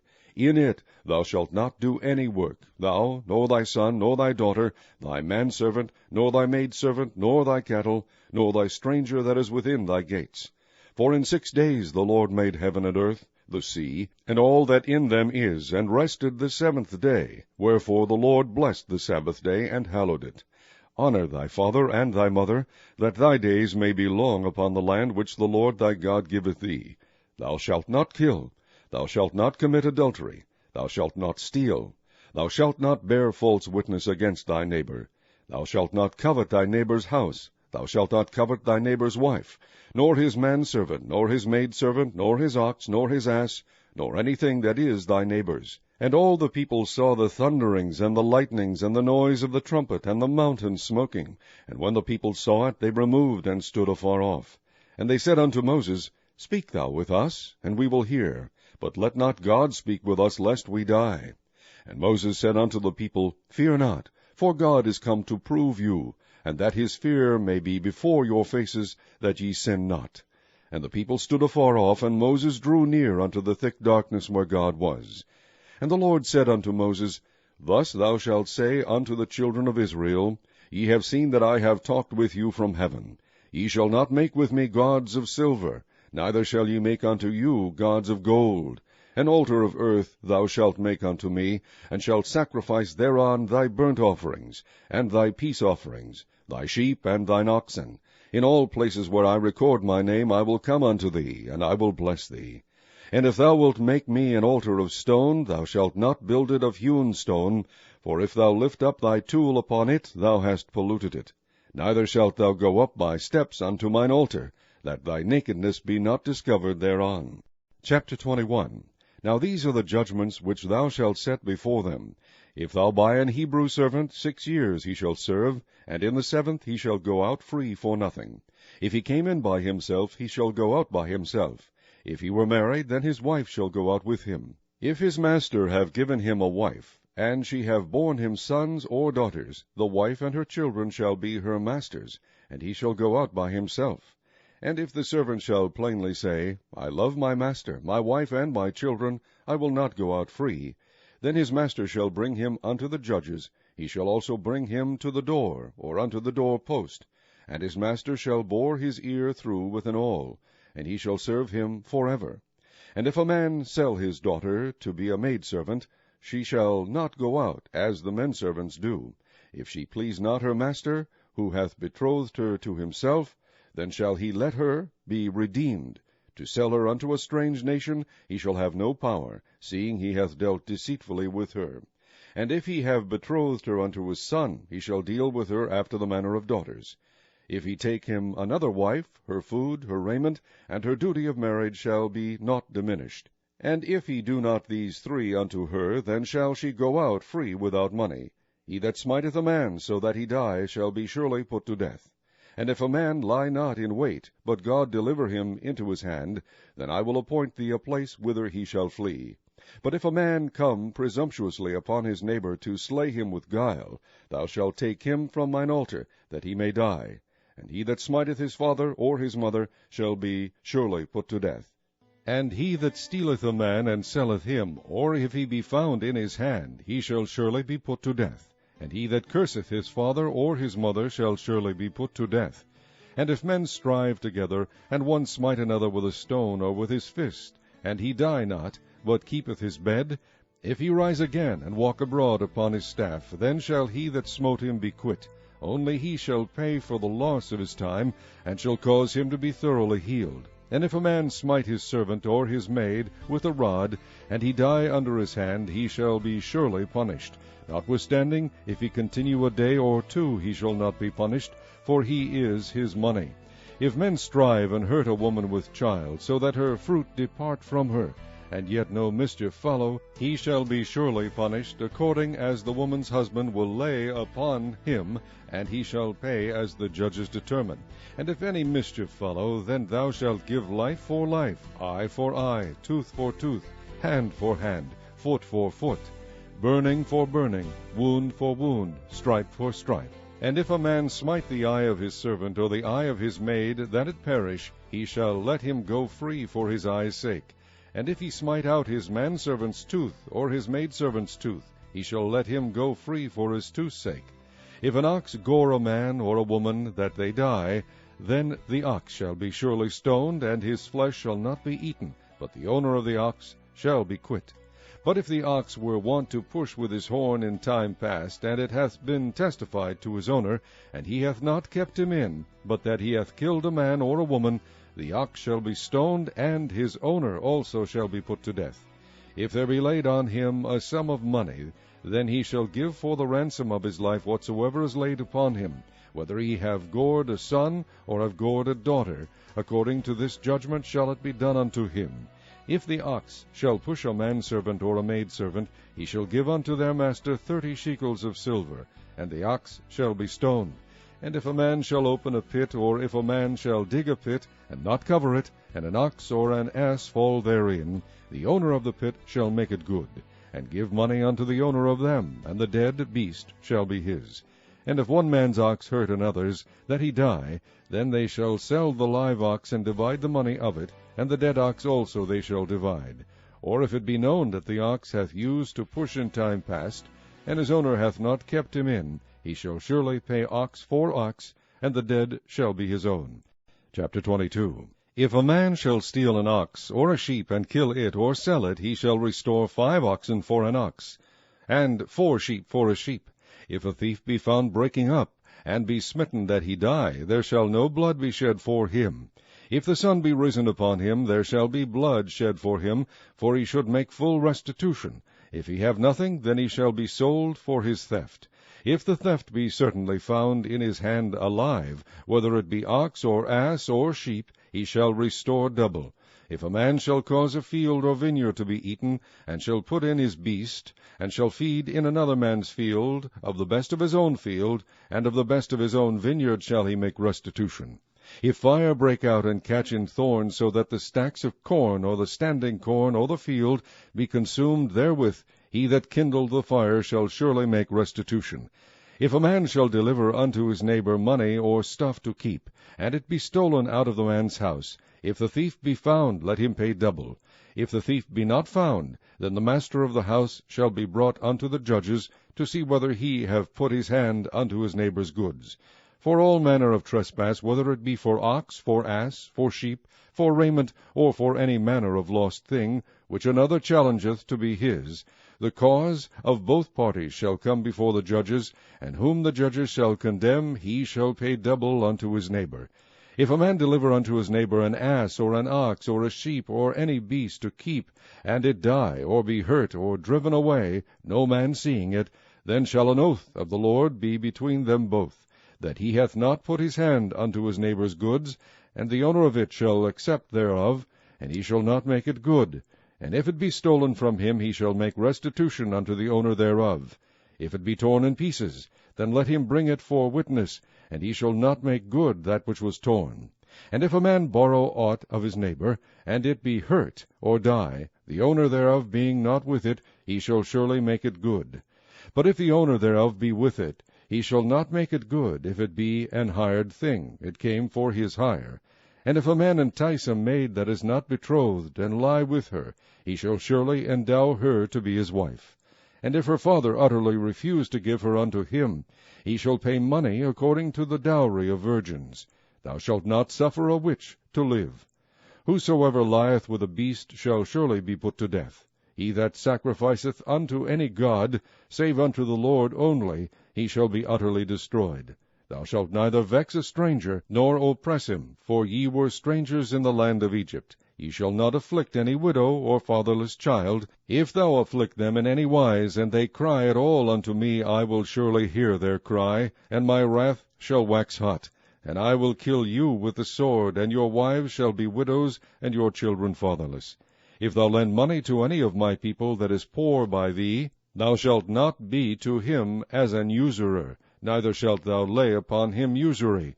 If thou at all take thy neighbor's raiment to pledge, thou shalt deliver it unto him by that the sun goeth down. For that is his covering only. It is his raiment for his skin, wherein shall he sleep. And it shall come to pass, when he crieth unto me, that I will hear, for I am gracious. Thou shalt not revile the gods, nor curse the ruler of thy people. Thou shalt not delay to offer the first of thy ripe fruits, and of thy liquors, the firstborn of thy sons shalt thou give unto me. Likewise shalt thou do with thine oxen, and with thy sheep. 7 days it shall be with his dam. On the 8th day thou shalt give it me, and ye shall be holy men unto me, neither shall ye eat any flesh that is torn of beasts in the field. Ye shall cast it to the dogs. Chapter 23. Thou shalt not raise a false report. Put not thine hand with the wicked to be an unrighteous witness. Thou shalt not follow a multitude to do evil, neither shalt thou speak in a cause to decline after many to wrest judgment. Neither shalt thou countenance a poor man in his cause. If thou meet thine enemy's ox or his ass going astray, thou shalt surely bring it back to him again. If thou see the ass of him that hateth thee lying under his burden, and wouldest forbear to help him, thou shalt surely help with him. Thou shalt not wrest the judgment of thy poor in his cause. Keep thee far from a false matter, and the innocent and righteous slay thou not, for I will not justify the wicked. And thou shalt take no gift, for the gift blindeth the wise, and perverteth the words of the righteous. Also thou shalt not oppress a stranger, for ye know the heart of a stranger, seeing ye were strangers in the land of Egypt. And 6 years thou shalt sow thy land, and shalt gather in the fruits thereof. But the 7th year thou shalt let it rest, and lie still, that the poor of thy people may eat, and what they leave the beasts of the field shall eat. In like manner thou shalt deal with thy vineyard, and with thy oliveyard. 6 days thou shalt do thy work, and on the 7th day thou shalt rest, that thine ox and thine ass may rest, and the son of thy handmaid, and the stranger may be refreshed. And in all things that I have said unto you be circumspect, and make no mention of the name of other gods, neither let it be heard out of thy mouth. 3 times thou shalt keep a feast unto me in the year. Thou shalt keep the feast of unleavened bread. Thou shalt eat unleavened bread 7 days, as I commanded thee, in the time appointed of the month Abib. For in it thou camest out from Egypt, and none shall appear before me empty. And the feast of harvest, the first fruits of thy labors, which thou hast sown in the field, and the feast of ingathering, which is in the end of the year, when thou hast gathered in thy labors out of the field. 3 times in the year all thy male shall appear before the Lord God. Thou shalt not offer the blood of my sacrifice with leavened bread, neither shall the fat of my sacrifice remain until the morning. The first of the firstfruits of thy land thou shalt bring into the house of the Lord thy God. Thou shalt not seethe the kid in his mother's milk. Behold, I send an angel before thee, to keep thee in the way, and to bring thee into the place which I have prepared. Beware of him, and obey his voice. Provoke him not, for he will not pardon your transgressions, for my name is in him. But if thou shalt indeed obey his voice, and do all that I speak, then I will be an enemy unto thine enemies, and an adversary unto thine adversaries. For mine angel shall go before thee, and bring thee unto the Amorites, and the Hittites, and the Perizzites, and the Canaanites, the Hivites, and the Jebusites, and I will cut them off. Thou shalt not bow down to their gods, nor serve them, nor do after their works, but thou shalt utterly overthrow them, and quite break down their images. And ye shall serve the Lord your God, and he shall bless thy bread and thy water, and I will take sickness away from the midst of thee.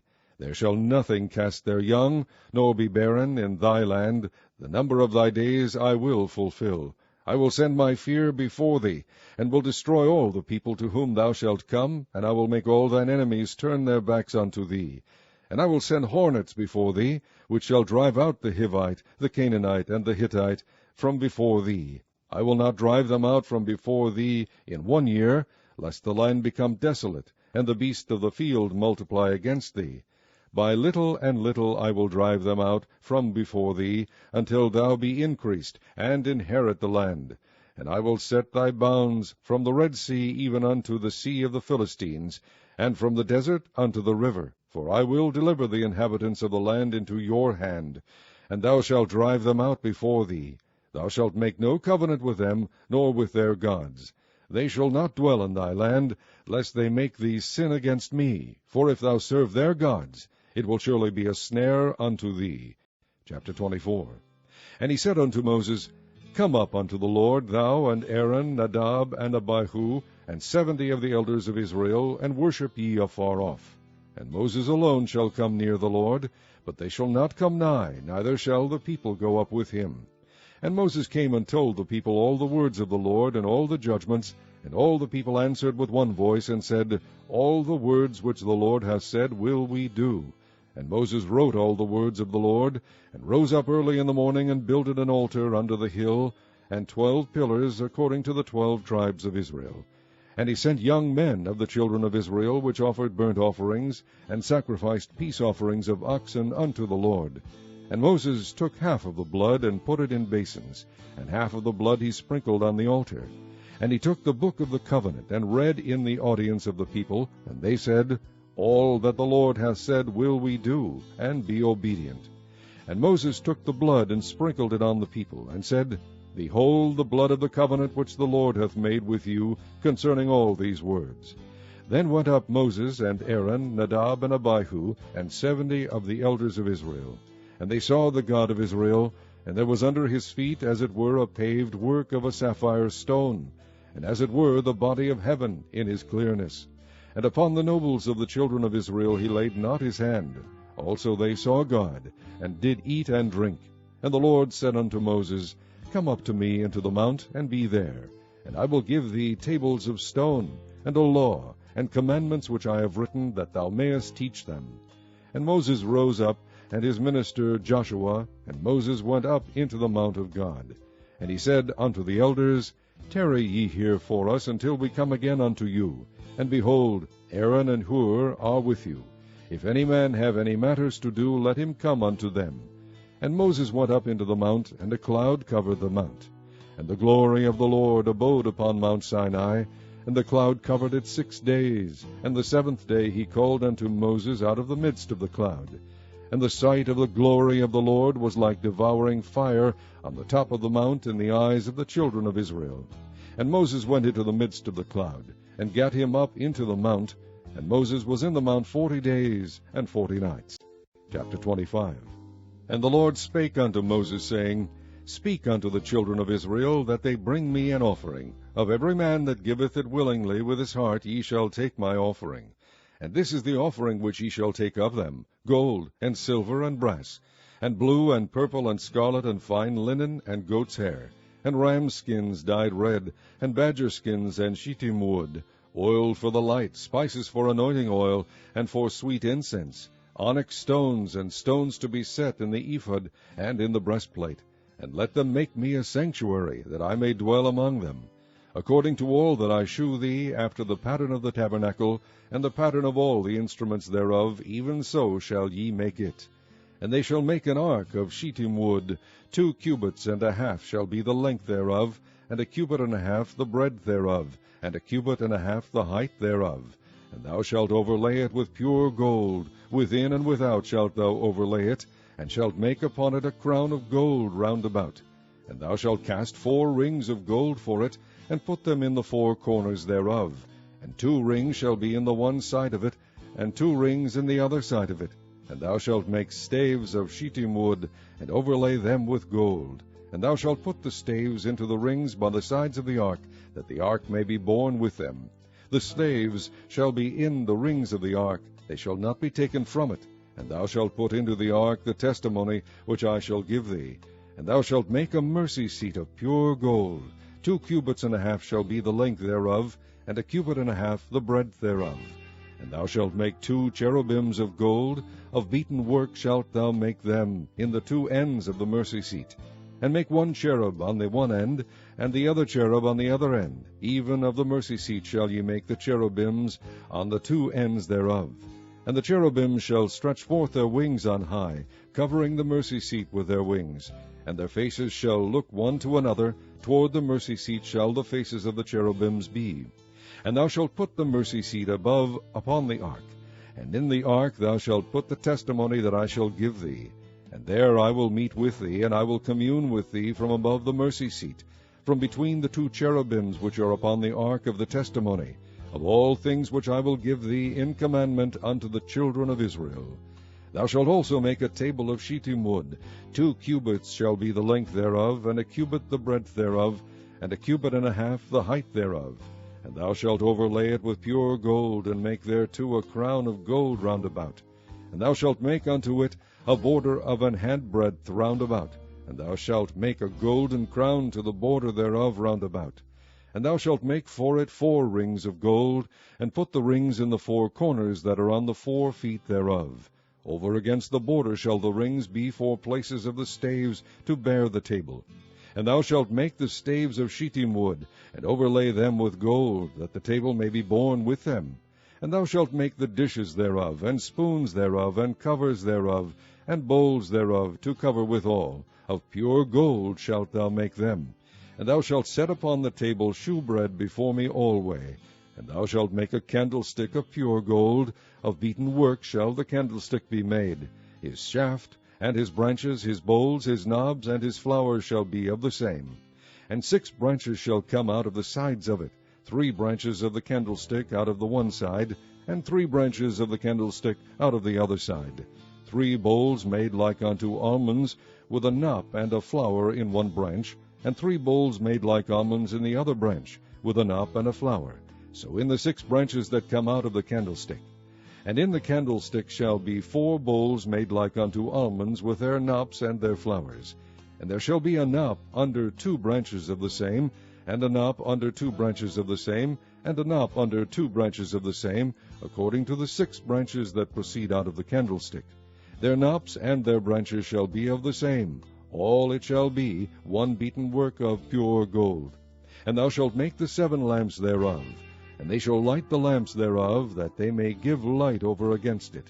And the tongs thereof and the snuff dishes thereof shall be of pure gold. Of a talent of pure gold shall he make it, with all these vessels. And look that thou make them after their pattern, which was shewed thee in the mount. Chapter 26. Moreover, thou shalt make the tabernacle with 10 curtains of fine twined linen, and blue and purple and scarlet, with cherubims of cunning work shalt thou make them. The length of one curtain shall be 28 cubits, and the breadth of one curtain 4 cubits, and every one of the curtains shall have one measure. The 5 curtains shall be coupled together one to another, and other 5 curtains shall be coupled one to another.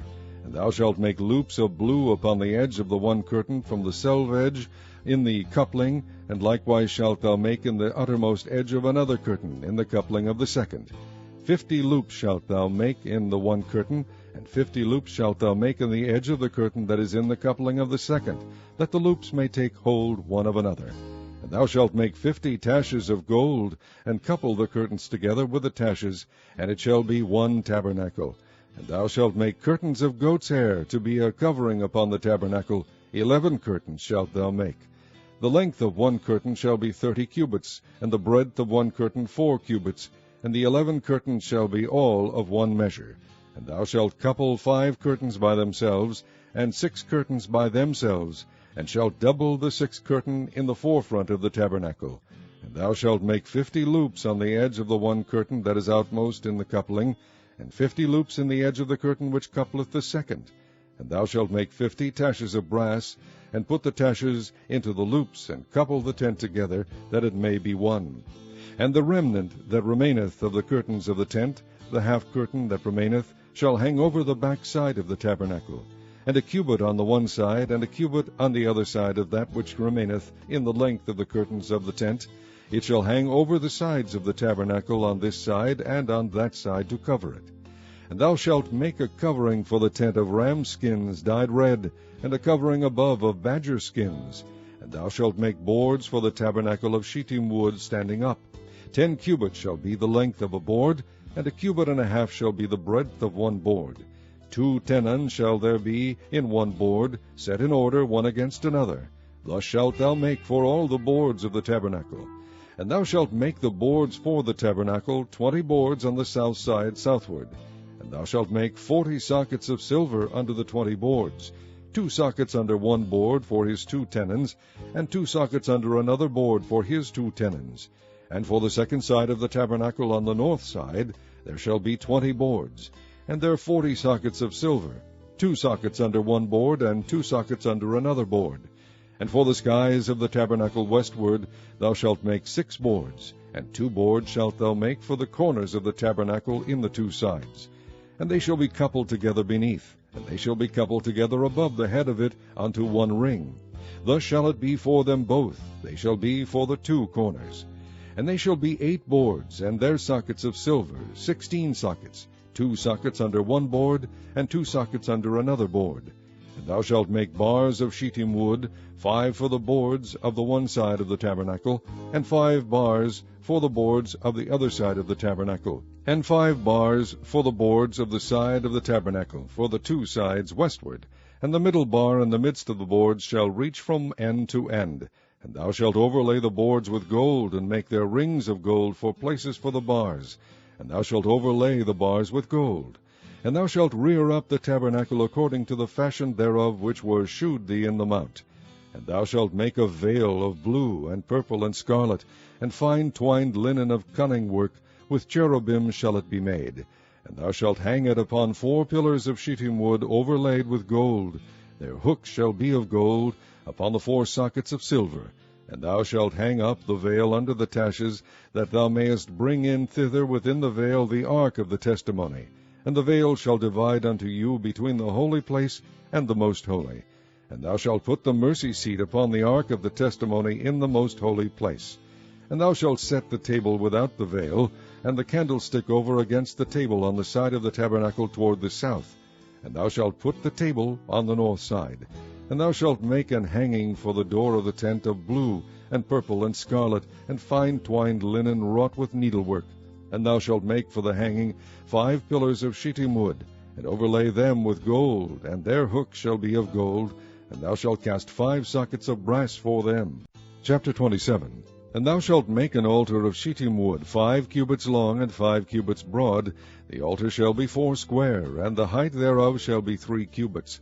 And thou shalt make the horns of it upon the 4 corners thereof. His horn shall be of the same, and thou shalt overlay it with brass. And thou shalt make his pans to receive his ashes, and his shovels, and his basins, and his flesh hooks, and his fire pans. All the vessels thereof thou shalt make of brass. And thou shalt make for it a grate of network of brass. And upon the net shalt thou make 4 brazen rings in the 4 corners thereof. And thou shalt put it under the compass of the altar beneath, that the net may be even to the midst of the altar. And thou shalt make staves for the altar, staves of shittim wood, and overlay them with brass. And the stave shall be put into the rings, and the stave shall be upon the 2 sides of the altar to bear it. Hollow with boards shalt thou make it, as it was shewed thee in the mount, so shall they make it. And thou shalt make the court of the tabernacle for the south side. Southward there shall be hangings for the court of fine twined linen of 100 cubits long for one side. And the 20 pillars thereof, and their 20 sockets, shall be of brass. The hooks of the pillars and their fillets shall be of silver. And likewise for the north side in length there shall be hangings of 100 cubits long. And his 20 pillars and their 20 sockets of brass, the hooks of the pillars and their fillets of silver. And for the breadth of the court on the west side shall be hangings of 50 cubits, their pillars 10, and their sockets 10. And the breadth of the court on the east side eastward shall be 50 cubits. The hangings of one side of the gate shall be 15 cubits, their pillars 3, and their sockets 3. And on the other side shall be hangings 15 cubits, their pillars 3, and their sockets 3. And for the gate of the court shall be an hanging of 20 cubits of blue, and purple, and scarlet, and fine twined linen wrought with needlework, and their pillars shall be 4, and their sockets 4. All the pillars round about the court shall be filleted with silver. Their hooks shall be of silver, and their sockets of brass. The length of the court shall be 100 cubits, and the breadth 50 everywhere, and the height 5 cubits of fine twined linen, and their sockets of brass. All the vessels of the tabernacle, and all the service thereof, and all the pins thereof, and all the pins of the court, shall be of brass. And thou shalt command the children of Israel that they bring thee pure oil olive beaten for the light, to cause the lamp to burn always. In the tabernacle of the congregation without the veil, which is before the testimony, Aaron and his sons shall order it from evening to morning before the Lord. It shall be a statute forever unto their generations on the behalf of the children of Israel. Chapter 28. And take thou unto thee Aaron thy brother and his sons with him from among the children of Israel, that he may minister unto me in the priest's office, even Aaron, Nadab, and Abihu, Eleazar, and Ithamar, Aaron's sons. And thou shalt make holy garments for Aaron thy brother, for glory and for beauty. And thou shalt speak unto all that are wise-hearted, whom I have filled with the spirit of wisdom, that they may make Aaron's garments to consecrate him, that he may minister unto me in the priest's office. And these are the garments which they shall make: a breastplate, and an ephod, and a robe, and a bordered coat, a mitre, and a girdle. And they shall make holy garments for Aaron thy brother, and his sons, that he may minister unto me in the priest's office. And they shall take gold, and blue, and purple, and scarlet, and fine linen. And they shall make the ephod of gold, of blue, and of purple, of scarlet, and fine twined linen with cunning work. It shall have the 2 shoulder pieces thereof, joined at the 2 edges thereof, and so it shall be joined together. And the curious girdle of the ephod, which is upon it, shall be of the same according to the work thereof, even of gold, of blue, and purple, and scarlet, and fine twined linen. And thou shalt take 2 onyx stones, and grave on them the names of the children of Israel, 6 of their names on one stone, and the other 6 names of the rest on the other stone, according to their birth. With the work of an engraver in stone, like the engravings of a signet, shalt thou engrave the 2 stones with the names of the children of Israel. Thou shalt make them to be set in ouches of gold. And thou shalt put the 2 stones upon the shoulders of the ephod for stones of memorial unto the children of Israel. And Aaron shall bear their names before the Lord upon his 2 shoulders for a memorial. And thou shalt make ouches of gold, and 2 chains of pure gold at the ends. Of wreathen work shalt thou make them, and fasten the wreathen chains to the ouches. And thou shalt make the breastplate of judgment with cunning work. After the work of the ephod thou shalt make it, of gold, of blue, and of purple, and of scarlet, and of fine twined linen shalt thou make it. 4 it shall be, being doubled. A span shall be the length thereof, and a span shall be the breadth thereof. And thou shalt set it in settings of stones, even 4 rows of stones. The first row shall be a sardius, a topaz, and a carbuncle. This shall be the first row. And the second row shall be an emerald, a sapphire, and a diamond. And the third row a ligure, an agate, and an amethyst. And the 4th row a beryl, and an onyx, and a jasper. They shall be set in gold in their enclosings. And the stones shall be with the names of the children of Israel, 12 according to their names, like the engravings of a signet. Every one with his name shall they be according to the 12 tribes. And thou shalt make upon the breastplate chains at the ends of wreathen work of pure gold. And thou shalt make upon the breastplate 2 rings of gold, and shalt put the 2 rings on the 2 ends of the breastplate. And thou shalt put the 2 wreathen chains of gold in the 2 rings which are on the ends of the breastplate. And the other 2 ends of the 2 wreathen chains thou shalt fasten in the 2 ouches, and put them on the shoulder pieces of the ephod before it. And thou shalt make 2 rings of gold, and thou shalt put them upon the 2 ends of the breastplate in the border thereof, which is in the side of the ephod inward. And 2 other rings of gold thou shalt make, and shalt put them on the 2 sides of the ephod underneath, toward the forepart thereof, over against the other coupling thereof, above the curious girdle of the ephod. And they shall bind the breastplate by the rings thereof unto the rings of the ephod with a lace of blue, that it may be above the curious girdle of the ephod, and that the breastplate be not loosed from the ephod. And Aaron shall bear the names of the children of Israel in the breastplate of judgment upon his heart, when he goeth in unto the holy place, for a memorial before the Lord continually. And thou shalt put in the breastplate of judgment the Urim and the Thummim, and they shall be upon Aaron's heart, when he goeth in before the Lord. And Aaron shall bear the judgment of the children of Israel upon his heart before the Lord continually. And thou shalt make the robe of the ephod all of blue, and there shall be an hole in the top of it, in the midst thereof.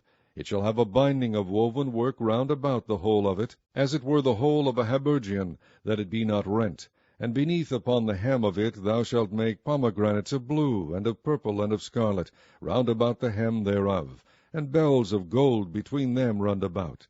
A gold bell and a pomegranate, a gold bell and a pomegranate, upon the hem of the robe round about. And it shall be upon Aaron to minister, and his sound shall be heard when he goeth in unto the holy place before the Lord, and when he cometh out, that he die not. And thou shalt make a plate of pure gold, and grave upon it, like the engravings of a signet, Holiness to the Lord. And thou shalt put it on a blue lace, that it may be upon the mitre. Upon the forefront of the mitre it shall be. And it shall be upon Aaron's forehead, that Aaron may bear the iniquity of the holy things, which the children of Israel shall hallow in all their holy gifts. And it shall be always upon his forehead, that they may be accepted before the Lord. And thou shalt embroider the coat of fine linen, and thou shalt make the mitre of fine linen, and thou shalt make the girdle of needlework. And for Aaron's sons thou shalt make coats, and thou shalt make for them girdles, and bonnets shalt thou make for them, for glory and for beauty. And thou shalt put them upon Aaron thy brother, and his sons with him, and shalt anoint them, and consecrate them, and sanctify them, that they may minister unto me in the priest's office. And thou shalt make them linen breeches to cover their nakedness. From the loins even unto the thighs they shall reach, and they shall be upon Aaron and upon his sons, when they come in unto the tabernacle of the congregation, or when they come near unto the altar to minister in the holy place, that they bear not iniquity and die. It shall be a statute for ever unto him and his seed after him. Chapter 29. And this is the thing that thou shalt do unto them to hallow them, to minister unto me in the priest's office. Take 1 young bullock, and 2 rams without blemish, and unleavened bread, and cakes unleavened tempered with oil, and wafers unleavened anointed with oil, of wheaten flour shalt thou make them. And thou shalt put them into 1 basket, and bring them in the basket with the bullock and the 2 rams. And Aaron and his sons thou shalt bring unto the door of the tabernacle of the congregation, and shalt wash them with water. And thou shalt take the garments, and put upon Aaron the coat, and the robe of the ephod, and the breastplate, and gird him with the curious girdle of the ephod. And thou shalt put the mitre upon his head, and put the holy crown upon the mitre. Then shalt thou take the anointing oil, and pour it upon his head, and anoint him. And thou shalt bring his sons, and put coats upon them. And thou shalt gird them with girdles, Aaron and his sons, and put the bonnets on them. And the priest's office shall be theirs for a perpetual statute. And thou shalt consecrate Aaron and his sons. And thou shalt cause a bullock to be brought before the tabernacle of the congregation, and Aaron and his sons shall put their hands upon the head of the bullock. And thou shalt kill the bullock before the Lord by the door of the tabernacle of the congregation. And thou shalt take of the blood of the bullock, and put it upon the horns of the altar with thy finger, and pour all the blood beside the bottom of the altar. And thou shalt take all the fat that covereth the inwards, and the caul that is above the liver, and the 2 kidneys, and the fat that is upon them, and burn them upon the altar. But the flesh of the bullock, and his skin, and his dung, shalt thou burn with fire without the camp. It is a sin offering. Thou shalt also take 1 ram, and Aaron and his sons shall put their hands upon the head of the ram. And thou shalt slay the ram, and thou shalt take his blood, and sprinkle it round about upon the altar.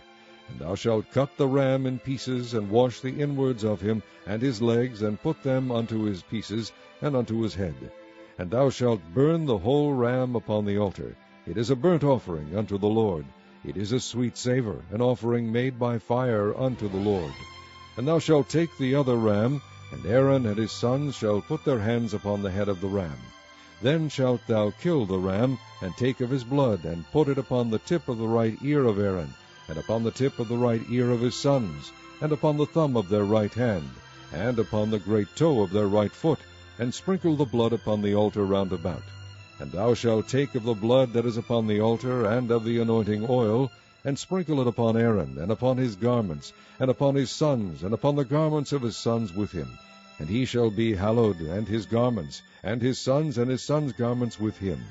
Also thou shalt take of the ram the fat of the rump, and the fat that covereth the inwards, and the caul above the liver, and the 2 kidneys, and the fat that is upon them, and the right shoulder, for it is a ram of consecration.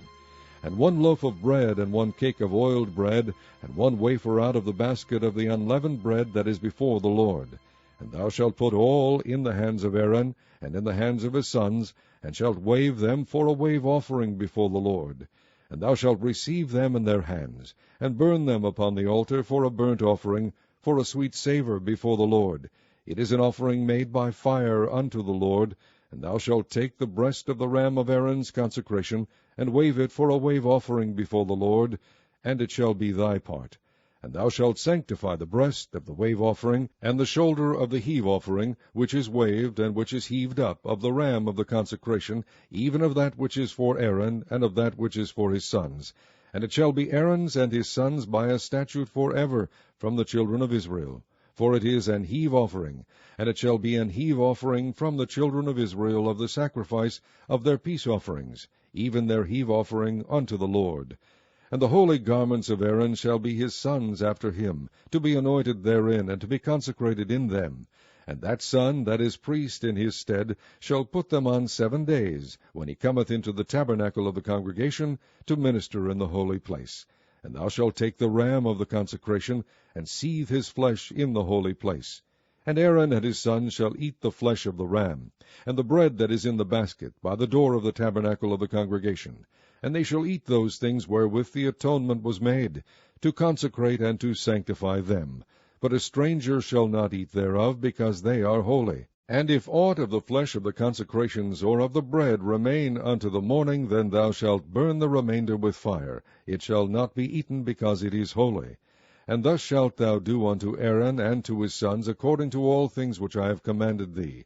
7 days shalt thou consecrate them. And thou shalt offer every day a bullock for a sin offering for atonement. And thou shalt cleanse the altar, when thou hast made an atonement for it, and thou shalt anoint it to sanctify it.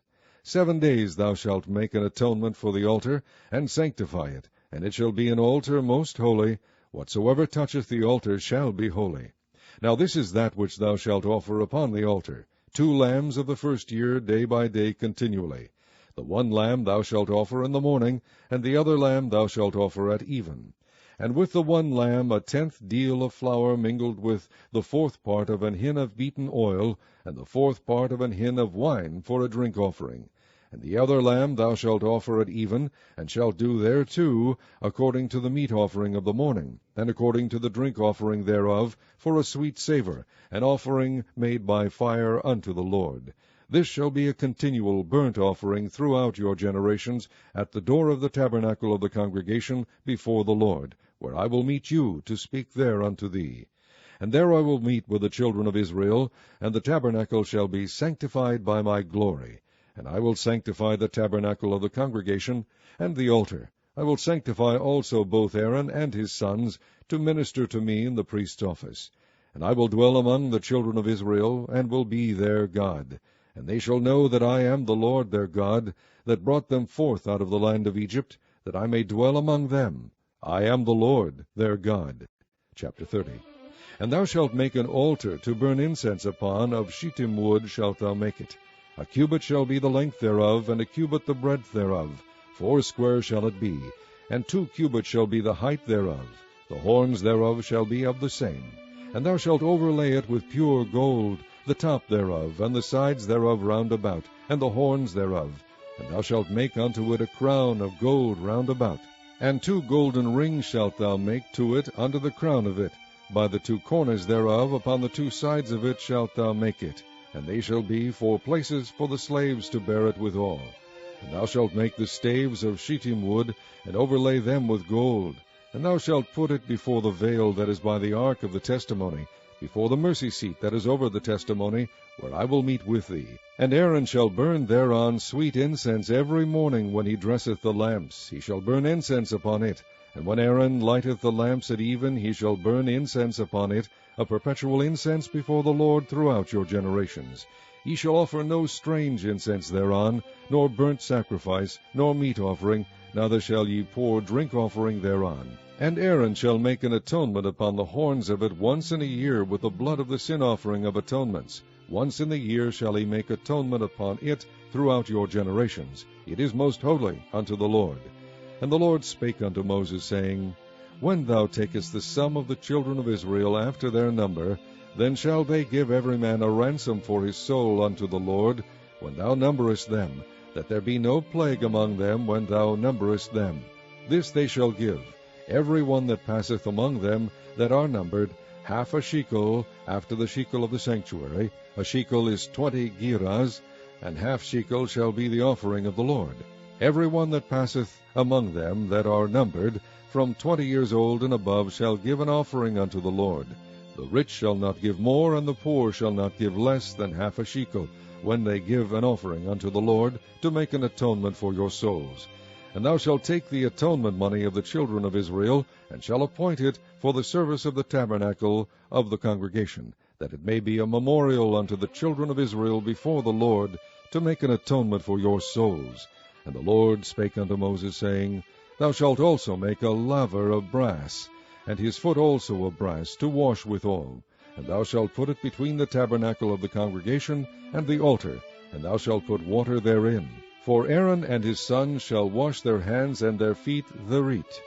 When they go into the tabernacle of the congregation, they shall wash with water, that they die not. And when they come near to the altar to minister, to burn offering made by fire unto the Lord, so they shall wash their hands and their feet, that they die not. And it shall be a statute forever to them, even to him and to his seed throughout their generations. Moreover the Lord spake unto Moses, saying, Take thou also unto thee principal spices, of pure myrrh 500 shekels, and of sweet cinnamon 1/2 so much, even 250 shekels, and of sweet calamus 250 shekels, and of cassia 500 shekels, after the shekel of the sanctuary, and of oil, olive, and hin. And thou shalt make it an oil of holy ointment, an ointment compound after the art of the apothecary. It shall be an holy anointing oil. And thou shalt anoint the tabernacle of the congregation therewith, and the ark of the testimony, and the table and all his vessels, and the candlestick and his vessels, and the altar of incense, and the altar of burnt offering with all his vessels, and the laver and his foot. And thou shalt sanctify them, that they may be most holy. Whatsoever toucheth them shall be holy. And thou shalt anoint Aaron and his sons, and consecrate them, that they may minister unto me in the priest's office. And thou shalt speak unto the children of Israel, saying, This shall be an holy anointing oil unto me throughout your generations. Upon man's flesh shall it not be poured, neither shall ye make any other like it. After the composition of it, it is holy, and it shall be holy unto you. Whosoever compoundeth any like it, or whosoever putteth any of it upon a stranger, shall even be cut off from his people.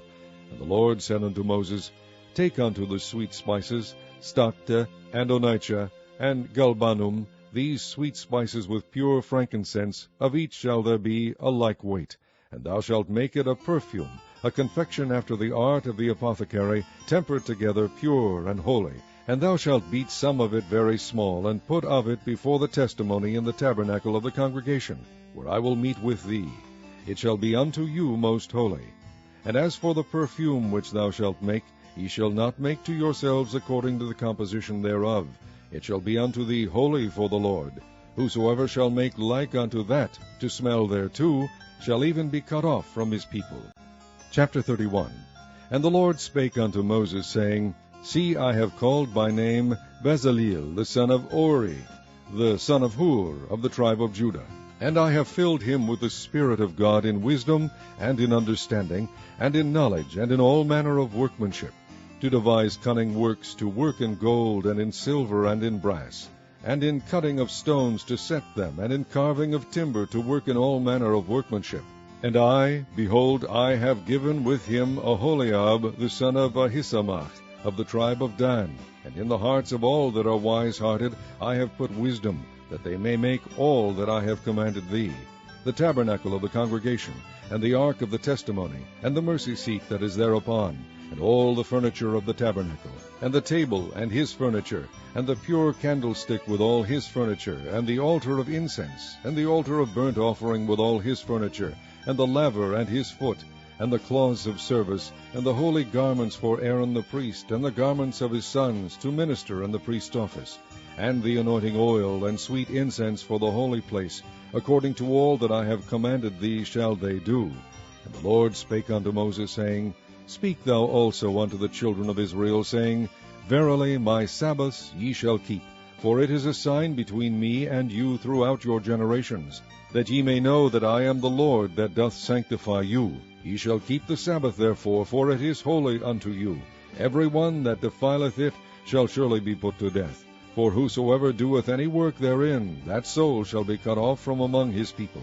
6 days may work be done, but in the 7th is the Sabbath of rest, holy to the Lord. Whosoever doeth any work in the Sabbath day, he shall surely be put to death. Wherefore the children of Israel shall keep the Sabbath, to observe the Sabbath throughout their generations for a perpetual covenant. It is a sign between me and the children of Israel forever. For in 6 days the Lord made heaven and earth, and on the 7th day he rested and was refreshed. And he gave unto Moses, when he had made an end of communing with him upon Mount Sinai, 2 tables of testimony, tables of stone, written with a finger of God. Chapter 32. And when the people saw that Moses delayed to come down out of the mount, the people gathered themselves together unto Aaron, and said unto him, Up, make us gods, which shall go before us. For as for this Moses, the man that brought us up out of the land of Egypt, we wot not what is become of him. And Aaron said unto them, Break off the golden earrings which are in the ears of your wives, of your sons, and of your daughters, and bring them unto me. And all the people brake off the golden earrings which were in their ears, and brought them unto Aaron. And he received them at their hand, and fashioned it with a graving tool, after he had made it a molten calf. And they said, These be thy gods, O Israel, which brought thee up out of the land of Egypt. And when Aaron saw it, he built an altar before it. And Aaron made proclamation, and said, Tomorrow is a feast to the Lord. And they rose up early on the morrow, and offered burnt offerings, and brought peace offerings. And the people sat down to eat and to drink, and rose up to play. And the Lord said unto Moses, Go, get thee down, for thy people which thou broughtest out of the land of Egypt have corrupted themselves. They have turned aside quickly out of the way which I commanded them. They have made them a molten calf, and have worshipped it, and have sacrificed thereunto, and said, These be thy gods, O Israel, which have brought thee up out of the land of Egypt. And the Lord said unto Moses, I have seen this people, and behold, it is a stiff-necked people. Now therefore let me alone, that my wrath may wax hot against them, and that I may consume them, and I will make of thee a great nation. And Moses besought the Lord his God, and said, Lord, why doth thy wrath wax hot against thy people, which thou hast brought forth out of the land of Egypt with great power and with a mighty hand? Wherefore should the Egyptians speak and say, For mischief did he bring them out, to slay them in the mountains, and to consume them from the face of the earth? Turn from thy fierce wrath, and repent of this evil against thy people. Remember Abraham, Isaac, and Israel, thy servants, to whom thou swarest by thine own self, and saidst unto them, I will multiply your seed as the stars of heaven, and all this land that I have spoken of will I give unto your seed, and they shall inherit it forever. And the Lord repented of the evil which he thought to do unto his people. And Moses turned and went down from the mount, and the 2 tables of the testimony were in his hand, and the tables were written on both their sides, on the one side and on the other were they written. And the tables were the work of God, and the writing was the writing of God, graven upon the tables. And when Joshua heard the noise of the people as they shouted, he said unto Moses, There is a noise of war in the camp. And he said, It is not the voice of them that shout for mastery, neither is it the voice of them that cry for being overcome, but the noise of them that sing do I hear. And it came to pass, as soon as he came nigh unto the camp, that he saw the calf and the dancing. And Moses' anger waxed hot, and he cast the tables out of his hands, and brake them beneath the mount. And he took the calf which they had made, and burnt it in the fire, and ground it to powder, and strawed it upon the water, and made the children of Israel drink of it. And Moses said unto Aaron, What did this people unto thee, that thou hast brought so great a sin upon them? And Aaron said, Let not the anger of my Lord wax hot. Thou knowest the people, that they are set on mischief. For they said unto me, Make us gods, which shall go before us. For as for this Moses, the man that brought us up out of the land of Egypt, we wot not what is become of him. And I said unto them, Whosoever hath any gold, let them break it off. So they gave it me. Then I cast it into the fire, and there came out this calf. And when Moses saw that the people were naked, for Aaron had made them naked unto their shame among their enemies, then Moses stood in the gate of the camp, and said, Who is on the Lord's side? Let him come unto me. And all the sons of Levi gathered themselves together unto him.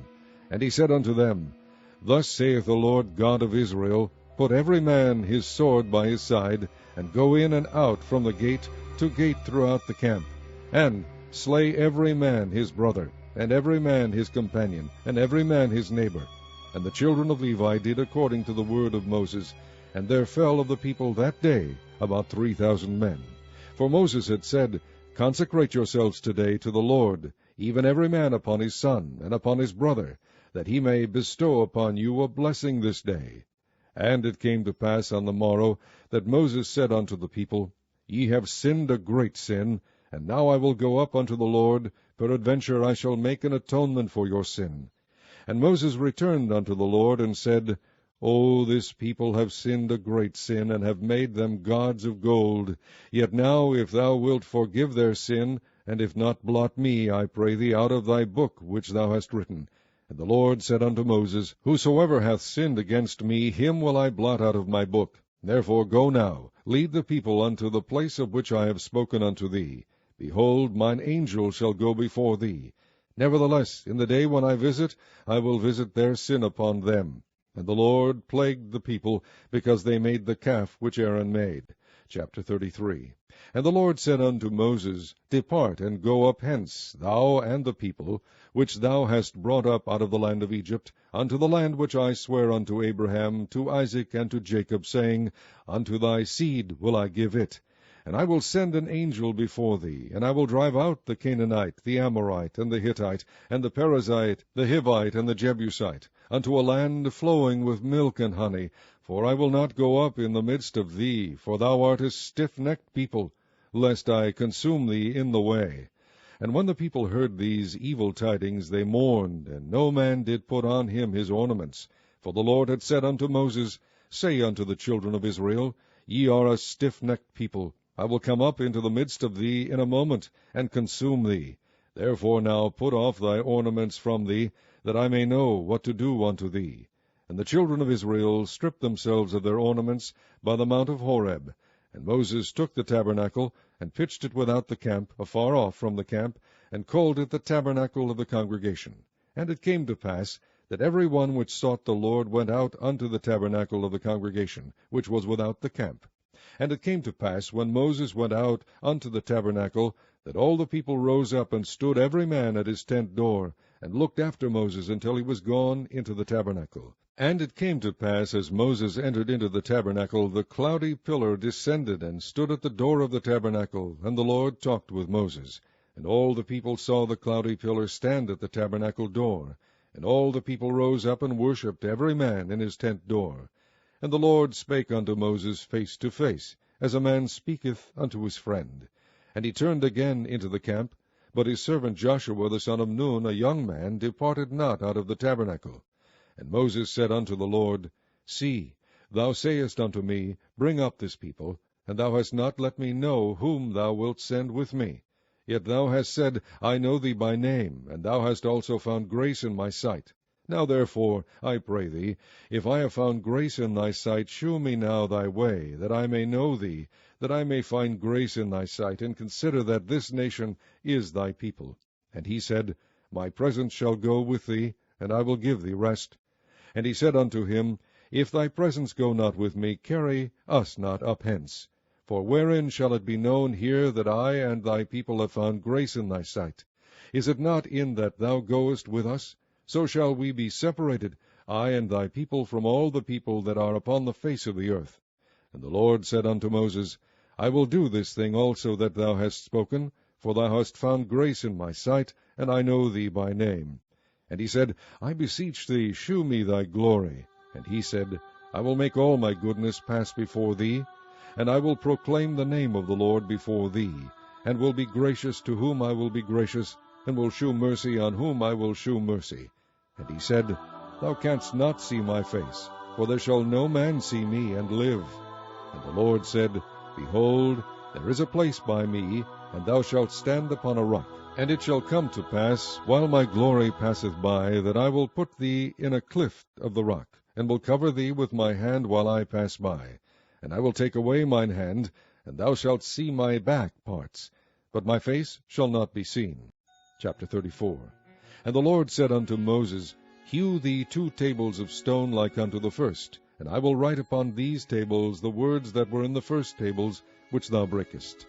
And be ready in the morning, and come up in the morning unto Mount Sinai, and present thyself there to me in the top of the mount.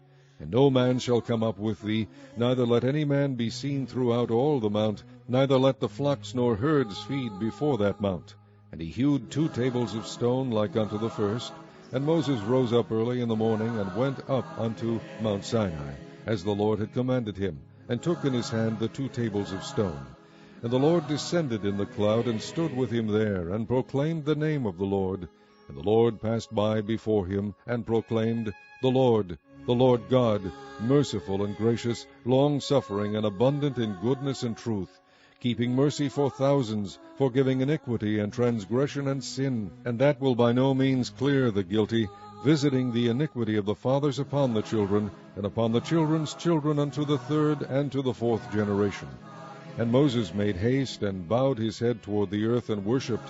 And he said, If now I have found grace in thy sight, O Lord, let my Lord, I pray thee, go among us, for it is a stiff-necked people, and pardon our iniquity and our sin, and take us for thine inheritance. And he said, Behold, I make a covenant. Before all thy people I will do marvels, such as have not been done in all the earth, nor in any nation. And all the people among which thou art shall see the work of the Lord, for it is a terrible thing that I will do with thee. Observe thou that which I command thee this day. Behold, I drive out before thee the Amorite, and the Canaanite, and the Hittite, and the Perizzite, and the Hivite, and the Jebusite. Take heed to thyself, lest thou make a covenant with the inhabitants of the land whither thou goest, lest it be for a snare in the midst of thee. But ye shall destroy their altars, break their images, and cut down their groves. For thou shalt worship no other God, for the Lord, whose name is jealous, is a jealous God. Lest thou make a covenant with the inhabitants of the land, and they go a-whoring after their gods, and do sacrifice unto their gods, and one call thee, and thou eat of his sacrifice, and thou take of their daughters unto thy sons, and their daughters go a-whoring after their gods, and make thy sons go a-whoring after their gods, thou shalt make thee no molten gods. The feast of unleavened bread shalt thou keep. 7 days thou shalt eat unleavened bread, as I commanded thee, in the time of the month Abib, for in the month Abib thou camest out from Egypt. All that openeth the matrix is mine, and every firstling among thy cattle, whether ox or sheep, that is male. But the firstling of an ass thou shalt redeem with a lamb, and if thou redeem him not, then shalt thou break his neck. All the firstborn of thy sons thou shalt redeem, and none shall appear before me empty. 6 days thou shalt work, but on the 7th day thou shalt rest. In earing time and in harvest thou shalt rest. And thou shalt observe the feast of weeks, of the first fruits of wheat harvest, and the feast of ingathering at the year's end. Thrice in the year shall all your men children appear before the Lord God, the God of Israel. For I will cast out the nations before thee, and enlarge thy borders, neither shall any man desire thy land, when thou shalt go up to appear before the Lord thy God thrice in the year. Thou shalt not offer the blood of my sacrifice with leaven, neither shall the sacrifice of the feast of the Passover be left unto the morning. The first of the firstfruits of thy land thou shalt bring unto the house of the Lord thy God. Thou shalt not see the kid in his mother's milk. And the Lord said unto Moses, Write thou these words, for after the tenor of these words I have made a covenant with thee and with Israel. And he was there with the Lord 40 days and 40 nights. He did neither eat bread nor drink water. And he wrote upon the tables the words of the covenant, the 10 commandments. And it came to pass, when Moses came down from Mount Sinai, with the 2 tables of testimony in Moses' hand, when he came down from the mount, that Moses wist not that the skin of his face shone while he talked with him. And when Aaron and all the children of Israel saw Moses, behold, the skin of his face shone, and they were afraid to come nigh him. And Moses called unto them, and Aaron and all the rulers of the congregation returned unto him, and Moses talked with them. And afterward all the children of Israel came nigh, and he gave them in commandment all that the Lord had spoken with him in Mount Sinai. Until Moses had done speaking with them, he put a veil on his face. But when Moses went in before the Lord to speak with him, he took the veil off until he came out. And he came out, and spake unto the children of Israel that which he was commanded. And the children of Israel saw the face of Moses, that the skin of Moses' face shone. And Moses put the veil upon his face again, until he went in to speak with him. Chapter 35. And Moses gathered all the congregation of the children of Israel together, and said unto them, These are the words which the Lord hath commanded, that ye should do them. 6 days shall work be done. But on the 7th day there shall be to you an holy day, a Sabbath of rest to the Lord. Whosoever doeth work therein shall be put to death. Ye shall kindle no fire throughout your habitations upon the Sabbath day. And Moses spake unto all the congregation of the children of Israel, saying, This is the thing which the Lord commanded, saying, Take ye from among you an offering unto the Lord.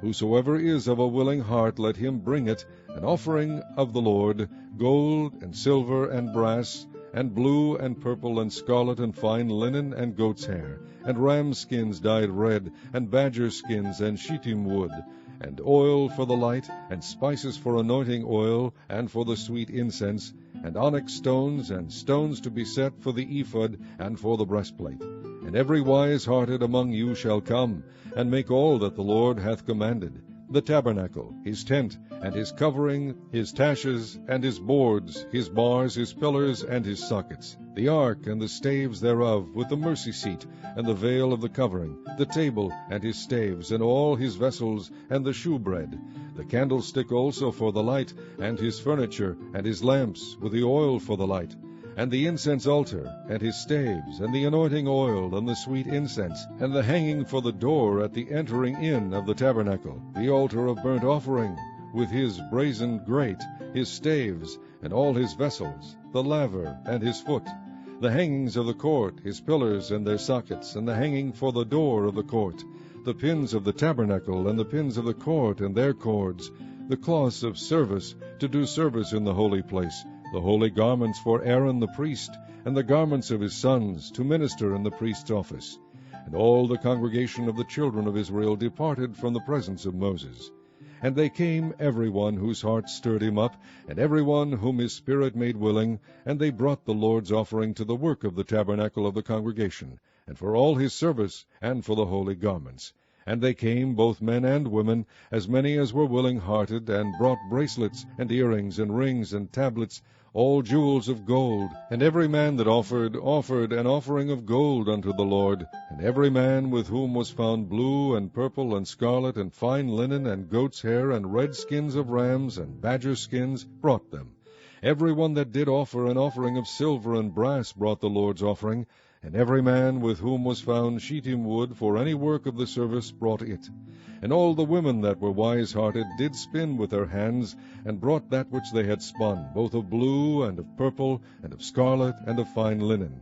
And all the women whose heart stirred them up in wisdom spun goat's hair. And the rulers brought onyx stones, and stones to be set for the ephod, and for the breastplate, and spice, and oil for the light, and for the anointing oil, and for the sweet incense. The children of Israel brought a willing offering unto the Lord, every man and woman, whose heart made them willing to bring for all manner of work, which the Lord had commanded to be made by the hand of Moses. And Moses said unto the children of Israel, See, the Lord hath called by name Bezaleel the son of Uri, the son of Hur, of the tribe of Judah, and he hath filled him with the Spirit of God, in wisdom, in understanding, and in knowledge, and in all manner of workmanship, and to devise curious works, to work in gold, and in silver, and in brass, and in the cutting of stones, to set them, and in carving of wood, to make any manner of cunning work. And he hath put in his heart that he may teach, both he and Aholiab the son of Ahisamach, of the tribe of Dan. Them hath he filled with wisdom of heart, to work all manner of work of the engraver, and of the cunning workman, and of the embroiderer, in blue, and in purple, and scarlet, and in fine linen, and of the weaver, even of them that do any work, and of those that devise cunning work. Chapter 36. Then wrought Bezaleel and Aholiab, and every wise-hearted man, in whom the Lord put wisdom and understanding, to know how to work all manner of work for the service of the sanctuary, according to all that the Lord had commanded. And Moses called Bezaleel and Aholiab, and every wise-hearted man, in whose heart the Lord had put wisdom, even every one whose heart stirred him up to come unto the work to do it. And they received of Moses all the offering which the children of Israel had brought for the work of the service of the sanctuary, to make it withal. And they brought yet unto him free offerings every morning. And all the wise men that wrought all the work of the sanctuary came every man from his work which they made. And they spake unto Moses, saying, The people bring much more than enough for the service of the work which the Lord commanded to make. And Moses gave commandment, and they caused it to be proclaimed throughout the camp, saying, Let neither man nor woman make any more work for the offering of the sanctuary. So the people were restrained from bringing. For the stuff they had was sufficient for all the work to make it, and too much. And every wise-hearted man among them that wrought the work of the tabernacle made 10 curtains of fine twined linen, and blue, and purple, and scarlet. With cherubims of cunning work made he them. The length of one curtain was 28 cubits, and the breadth of one curtain 4 cubits. The curtains were all of one size. And he coupled the 5 curtains one unto another, and the other 5 curtains he coupled one unto another. And he made loops of blue on the edge of one curtain from the selvage in the coupling. Likewise he made in the uttermost side of another curtain in the coupling of the second. 50 loops made he in one curtain, and 50 loops made he in the edge of the curtain which was in the coupling of the second. The loops held one curtain to another. And he made 50 taches of gold, and coupled the curtains one unto another with the taches. So it became one tabernacle. And he made curtains of goat's hair for the tent over the tabernacle. 11 curtains he made them. The length of one curtain was 30 cubits, and 4 cubits was the breadth of one curtain. The 11 curtains were of one size. And he coupled 5 curtains by themselves, and 6 curtains by themselves.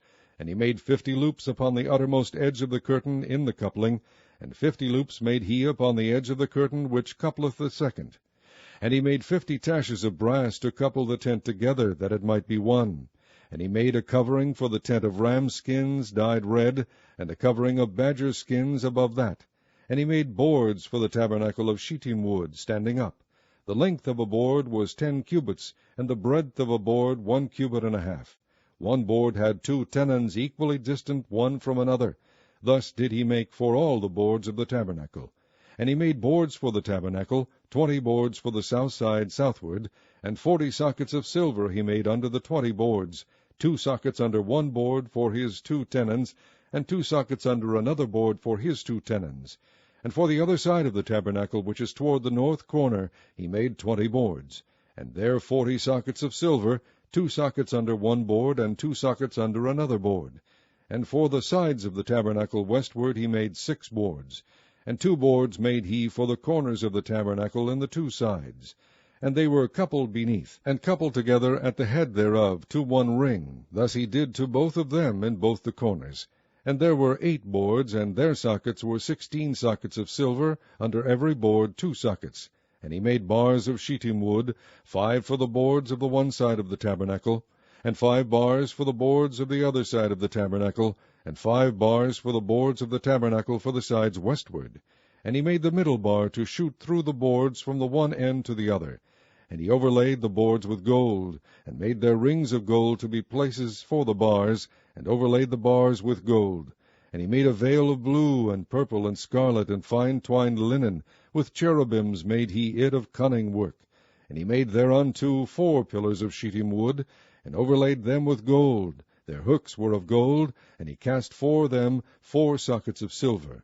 And he made an hanging for the tabernacle door of blue, and purple, and scarlet, and fine twined linen of needlework, and the 5 pillars of it with their hooks, and he overlaid their chapiters and their fillets with gold, but their 5 sockets were of brass. Chapter 37.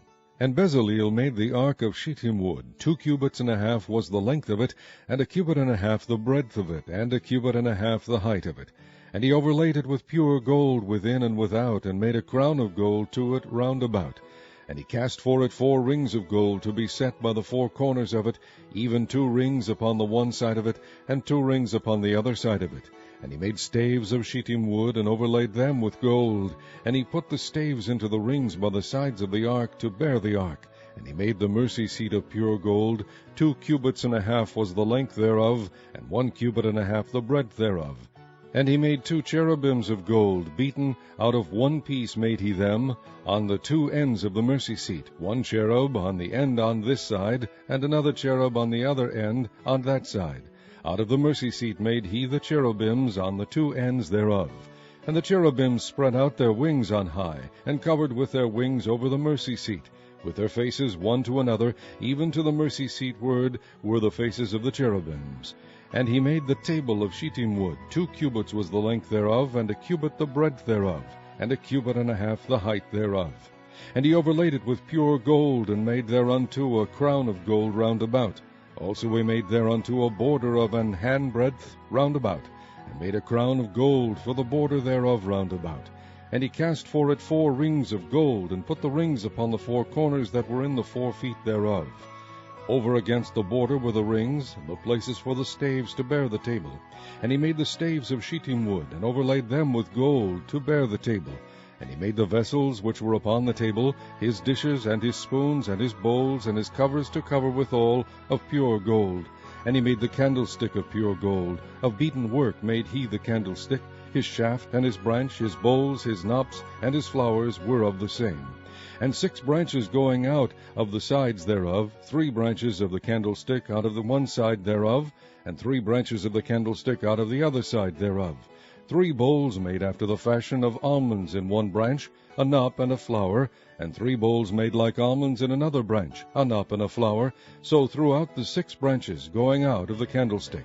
And in the candlestick were 4 bowls made like almonds, his knops and his flowers, and a knop under 2 branches of the same, and a knop under 2 branches of the same, and a knop under 2 branches of the same, according to the 6 branches going out of it. Their knops and their branches were of the same. All of it was one beaten work of pure gold. And he made his 7 lamps and his snuffers and his snuff dishes of pure gold.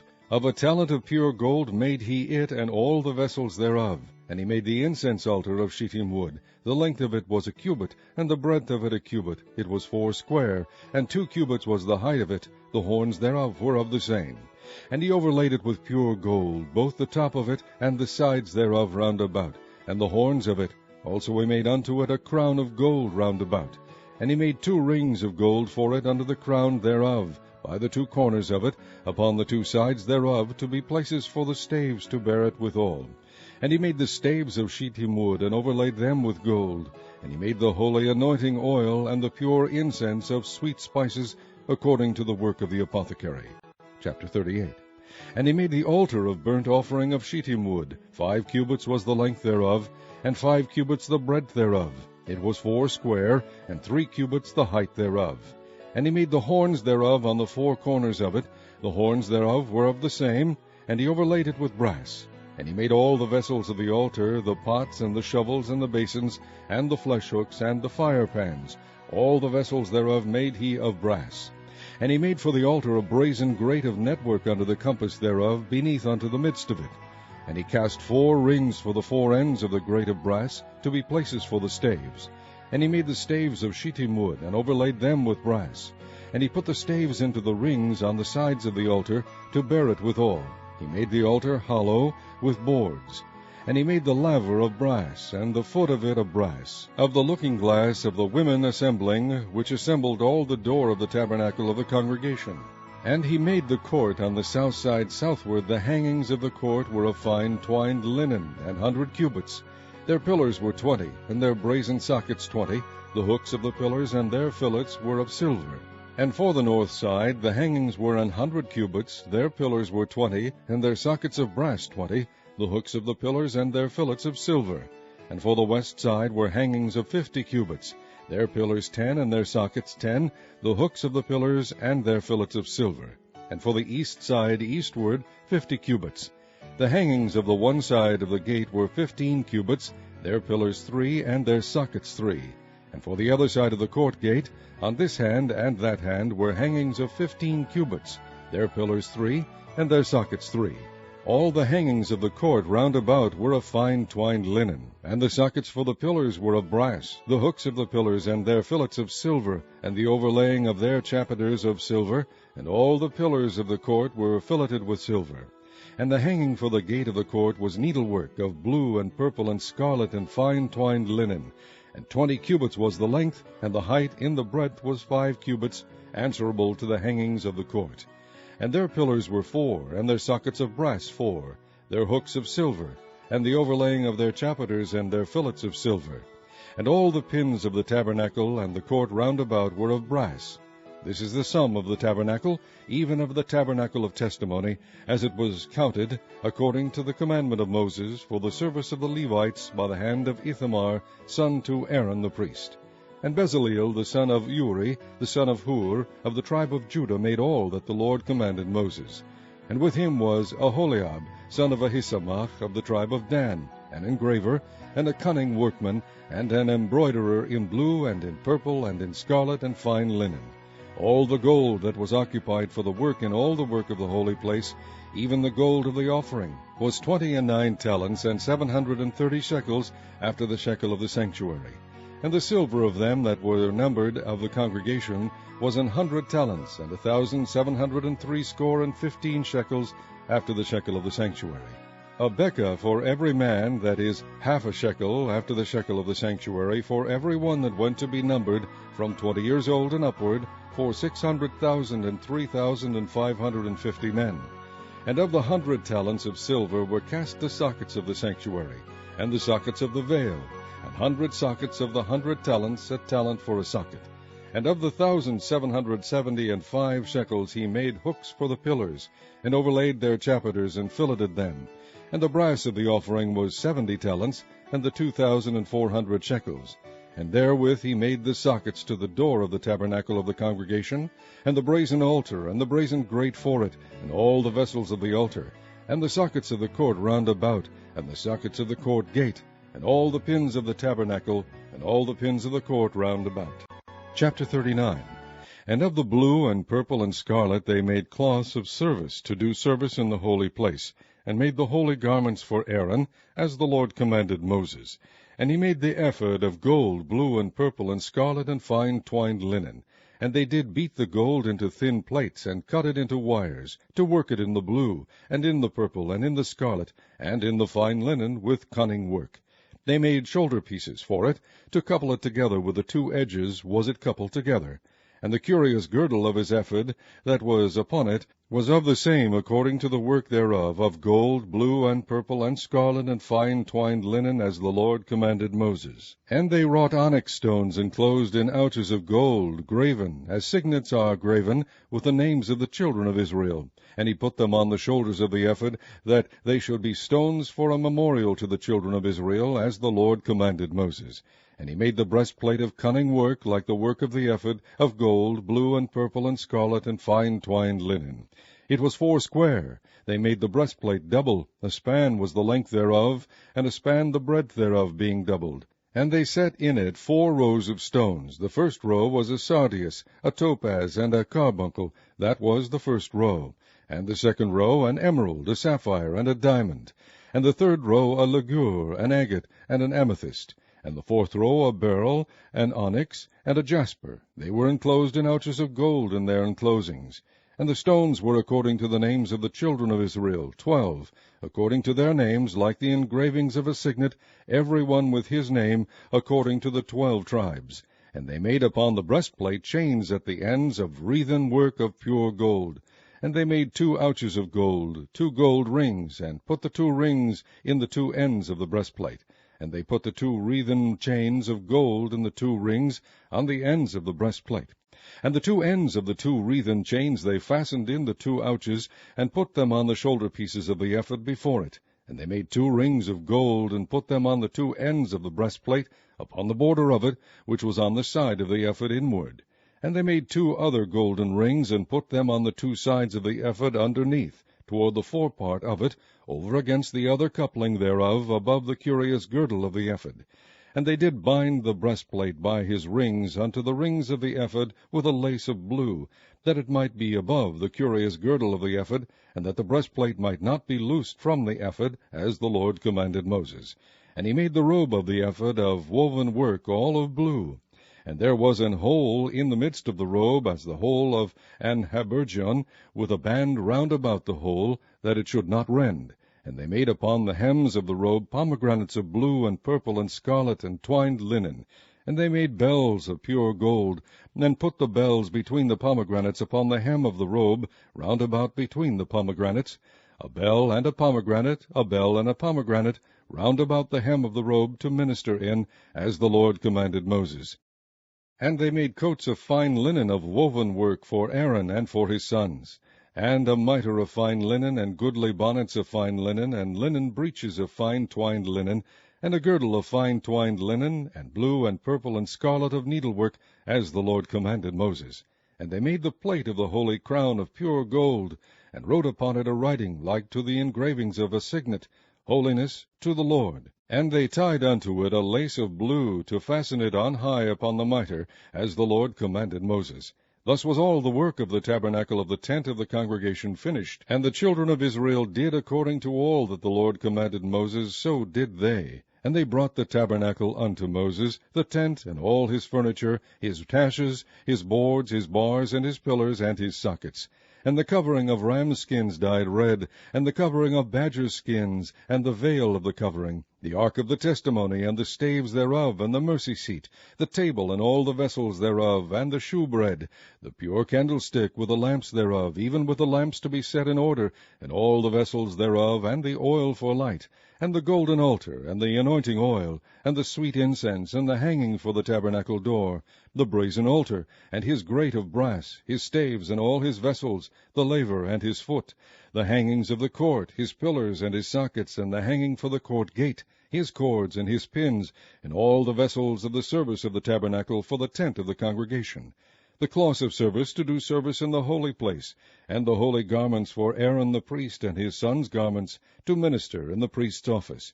According to all that the Lord commanded Moses, so the children of Israel made all the work. And Moses did look upon all the work, and behold, they had done it as the Lord had commanded, even so had they done it, and Moses blessed them. Chapter 40.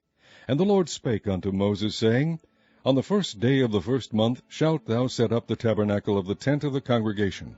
And thou shalt put therein the ark of the testimony, and cover the ark with the veil. And thou shalt bring in the table, and set in order the things that are to be set in order upon it. And thou shalt bring in the candlestick, and light the lamps thereof.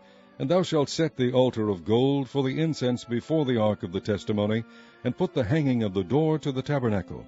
And thou shalt set the altar of the burnt offering before the door of the tabernacle of the tent of the congregation. And thou shalt set the laver between the tent of the congregation and the altar, and shalt put water therein. And thou shalt set up the court round about, and hang up the hanging at the court gate. And thou shalt take the anointing oil, and anoint the tabernacle, and all that is therein, and shalt hallow it, and all the vessels thereof, and it shall be holy. And thou shalt anoint the altar of the burnt offering, and all his vessels, and sanctify the altar, and it shall be an altar most holy. And thou shalt anoint the laver and his foot, and sanctify it. And thou shalt bring Aaron and his sons unto the door of the tabernacle of the congregation, and wash them with water. And thou shalt put upon Aaron the holy garments, and anoint him, and sanctify him, that he may minister unto me in the priest's office.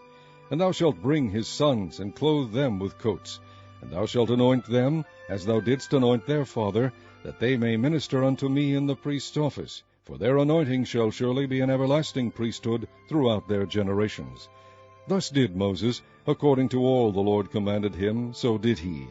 And it came to pass, in the 1st month, in the 2nd year, on the 1st day of the month, that the tabernacle was reared up. And Moses reared up the tabernacle, and fastened his sockets, and set up the boards thereof, and put in the bars thereof, and reared up his pillars. And he spread abroad the tent over the tabernacle, and put the covering of the tent above it, as the Lord commanded Moses. And he took and put the testimony into the ark, and set the staves on the ark, and put the mercy seat above upon the ark. And he brought the ark into the tabernacle, and set up the veil of the covering, and covered the ark of the testimony, as the Lord commanded Moses. And he put the table in the tent of the congregation, upon the side of the tabernacle northward without the veil. And he set the bread in order upon it before the Lord, as the Lord had commanded Moses. And he put the candlestick in the tent of the congregation, over against the table, on the side of the tabernacle southward. And he lighted the lamps before the Lord, as the Lord commanded Moses. And he put the golden altar in the tent of the congregation before the veil. And he burnt sweet incense thereon, as the Lord commanded Moses. And he set up the hanging at the door of the tabernacle. And he put the altar of burnt offering by the door of the tabernacle of the tent of the congregation, and offered upon it the burnt offering and the meat offering, as the Lord commanded Moses. And he set the laver between the tent of the congregation and the altar, and put water there to wash withal. And Moses and Aaron and his sons washed their hands and their feet thereat, when they went into the tent of the congregation, and when they came near unto the altar, they washed, as the Lord commanded Moses. And he reared up the court round about the tabernacle and the altar, and set up the hanging of the court gate. So Moses finished the work. Then a cloud covered the tent of the congregation, and the glory of the Lord filled the tabernacle. And Moses was not able to enter into the tent of the congregation, because the cloud abode thereon, and the glory of the Lord filled the tabernacle. And when the cloud was taken up from over the tabernacle, the children of Israel went onward in all their journeys. But if the cloud were not taken up, then they journeyed not till the day that it was taken up. For the cloud of the Lord was upon the tabernacle by day, and fire was on it by night, in the sight of all the house of Israel throughout all their journeys.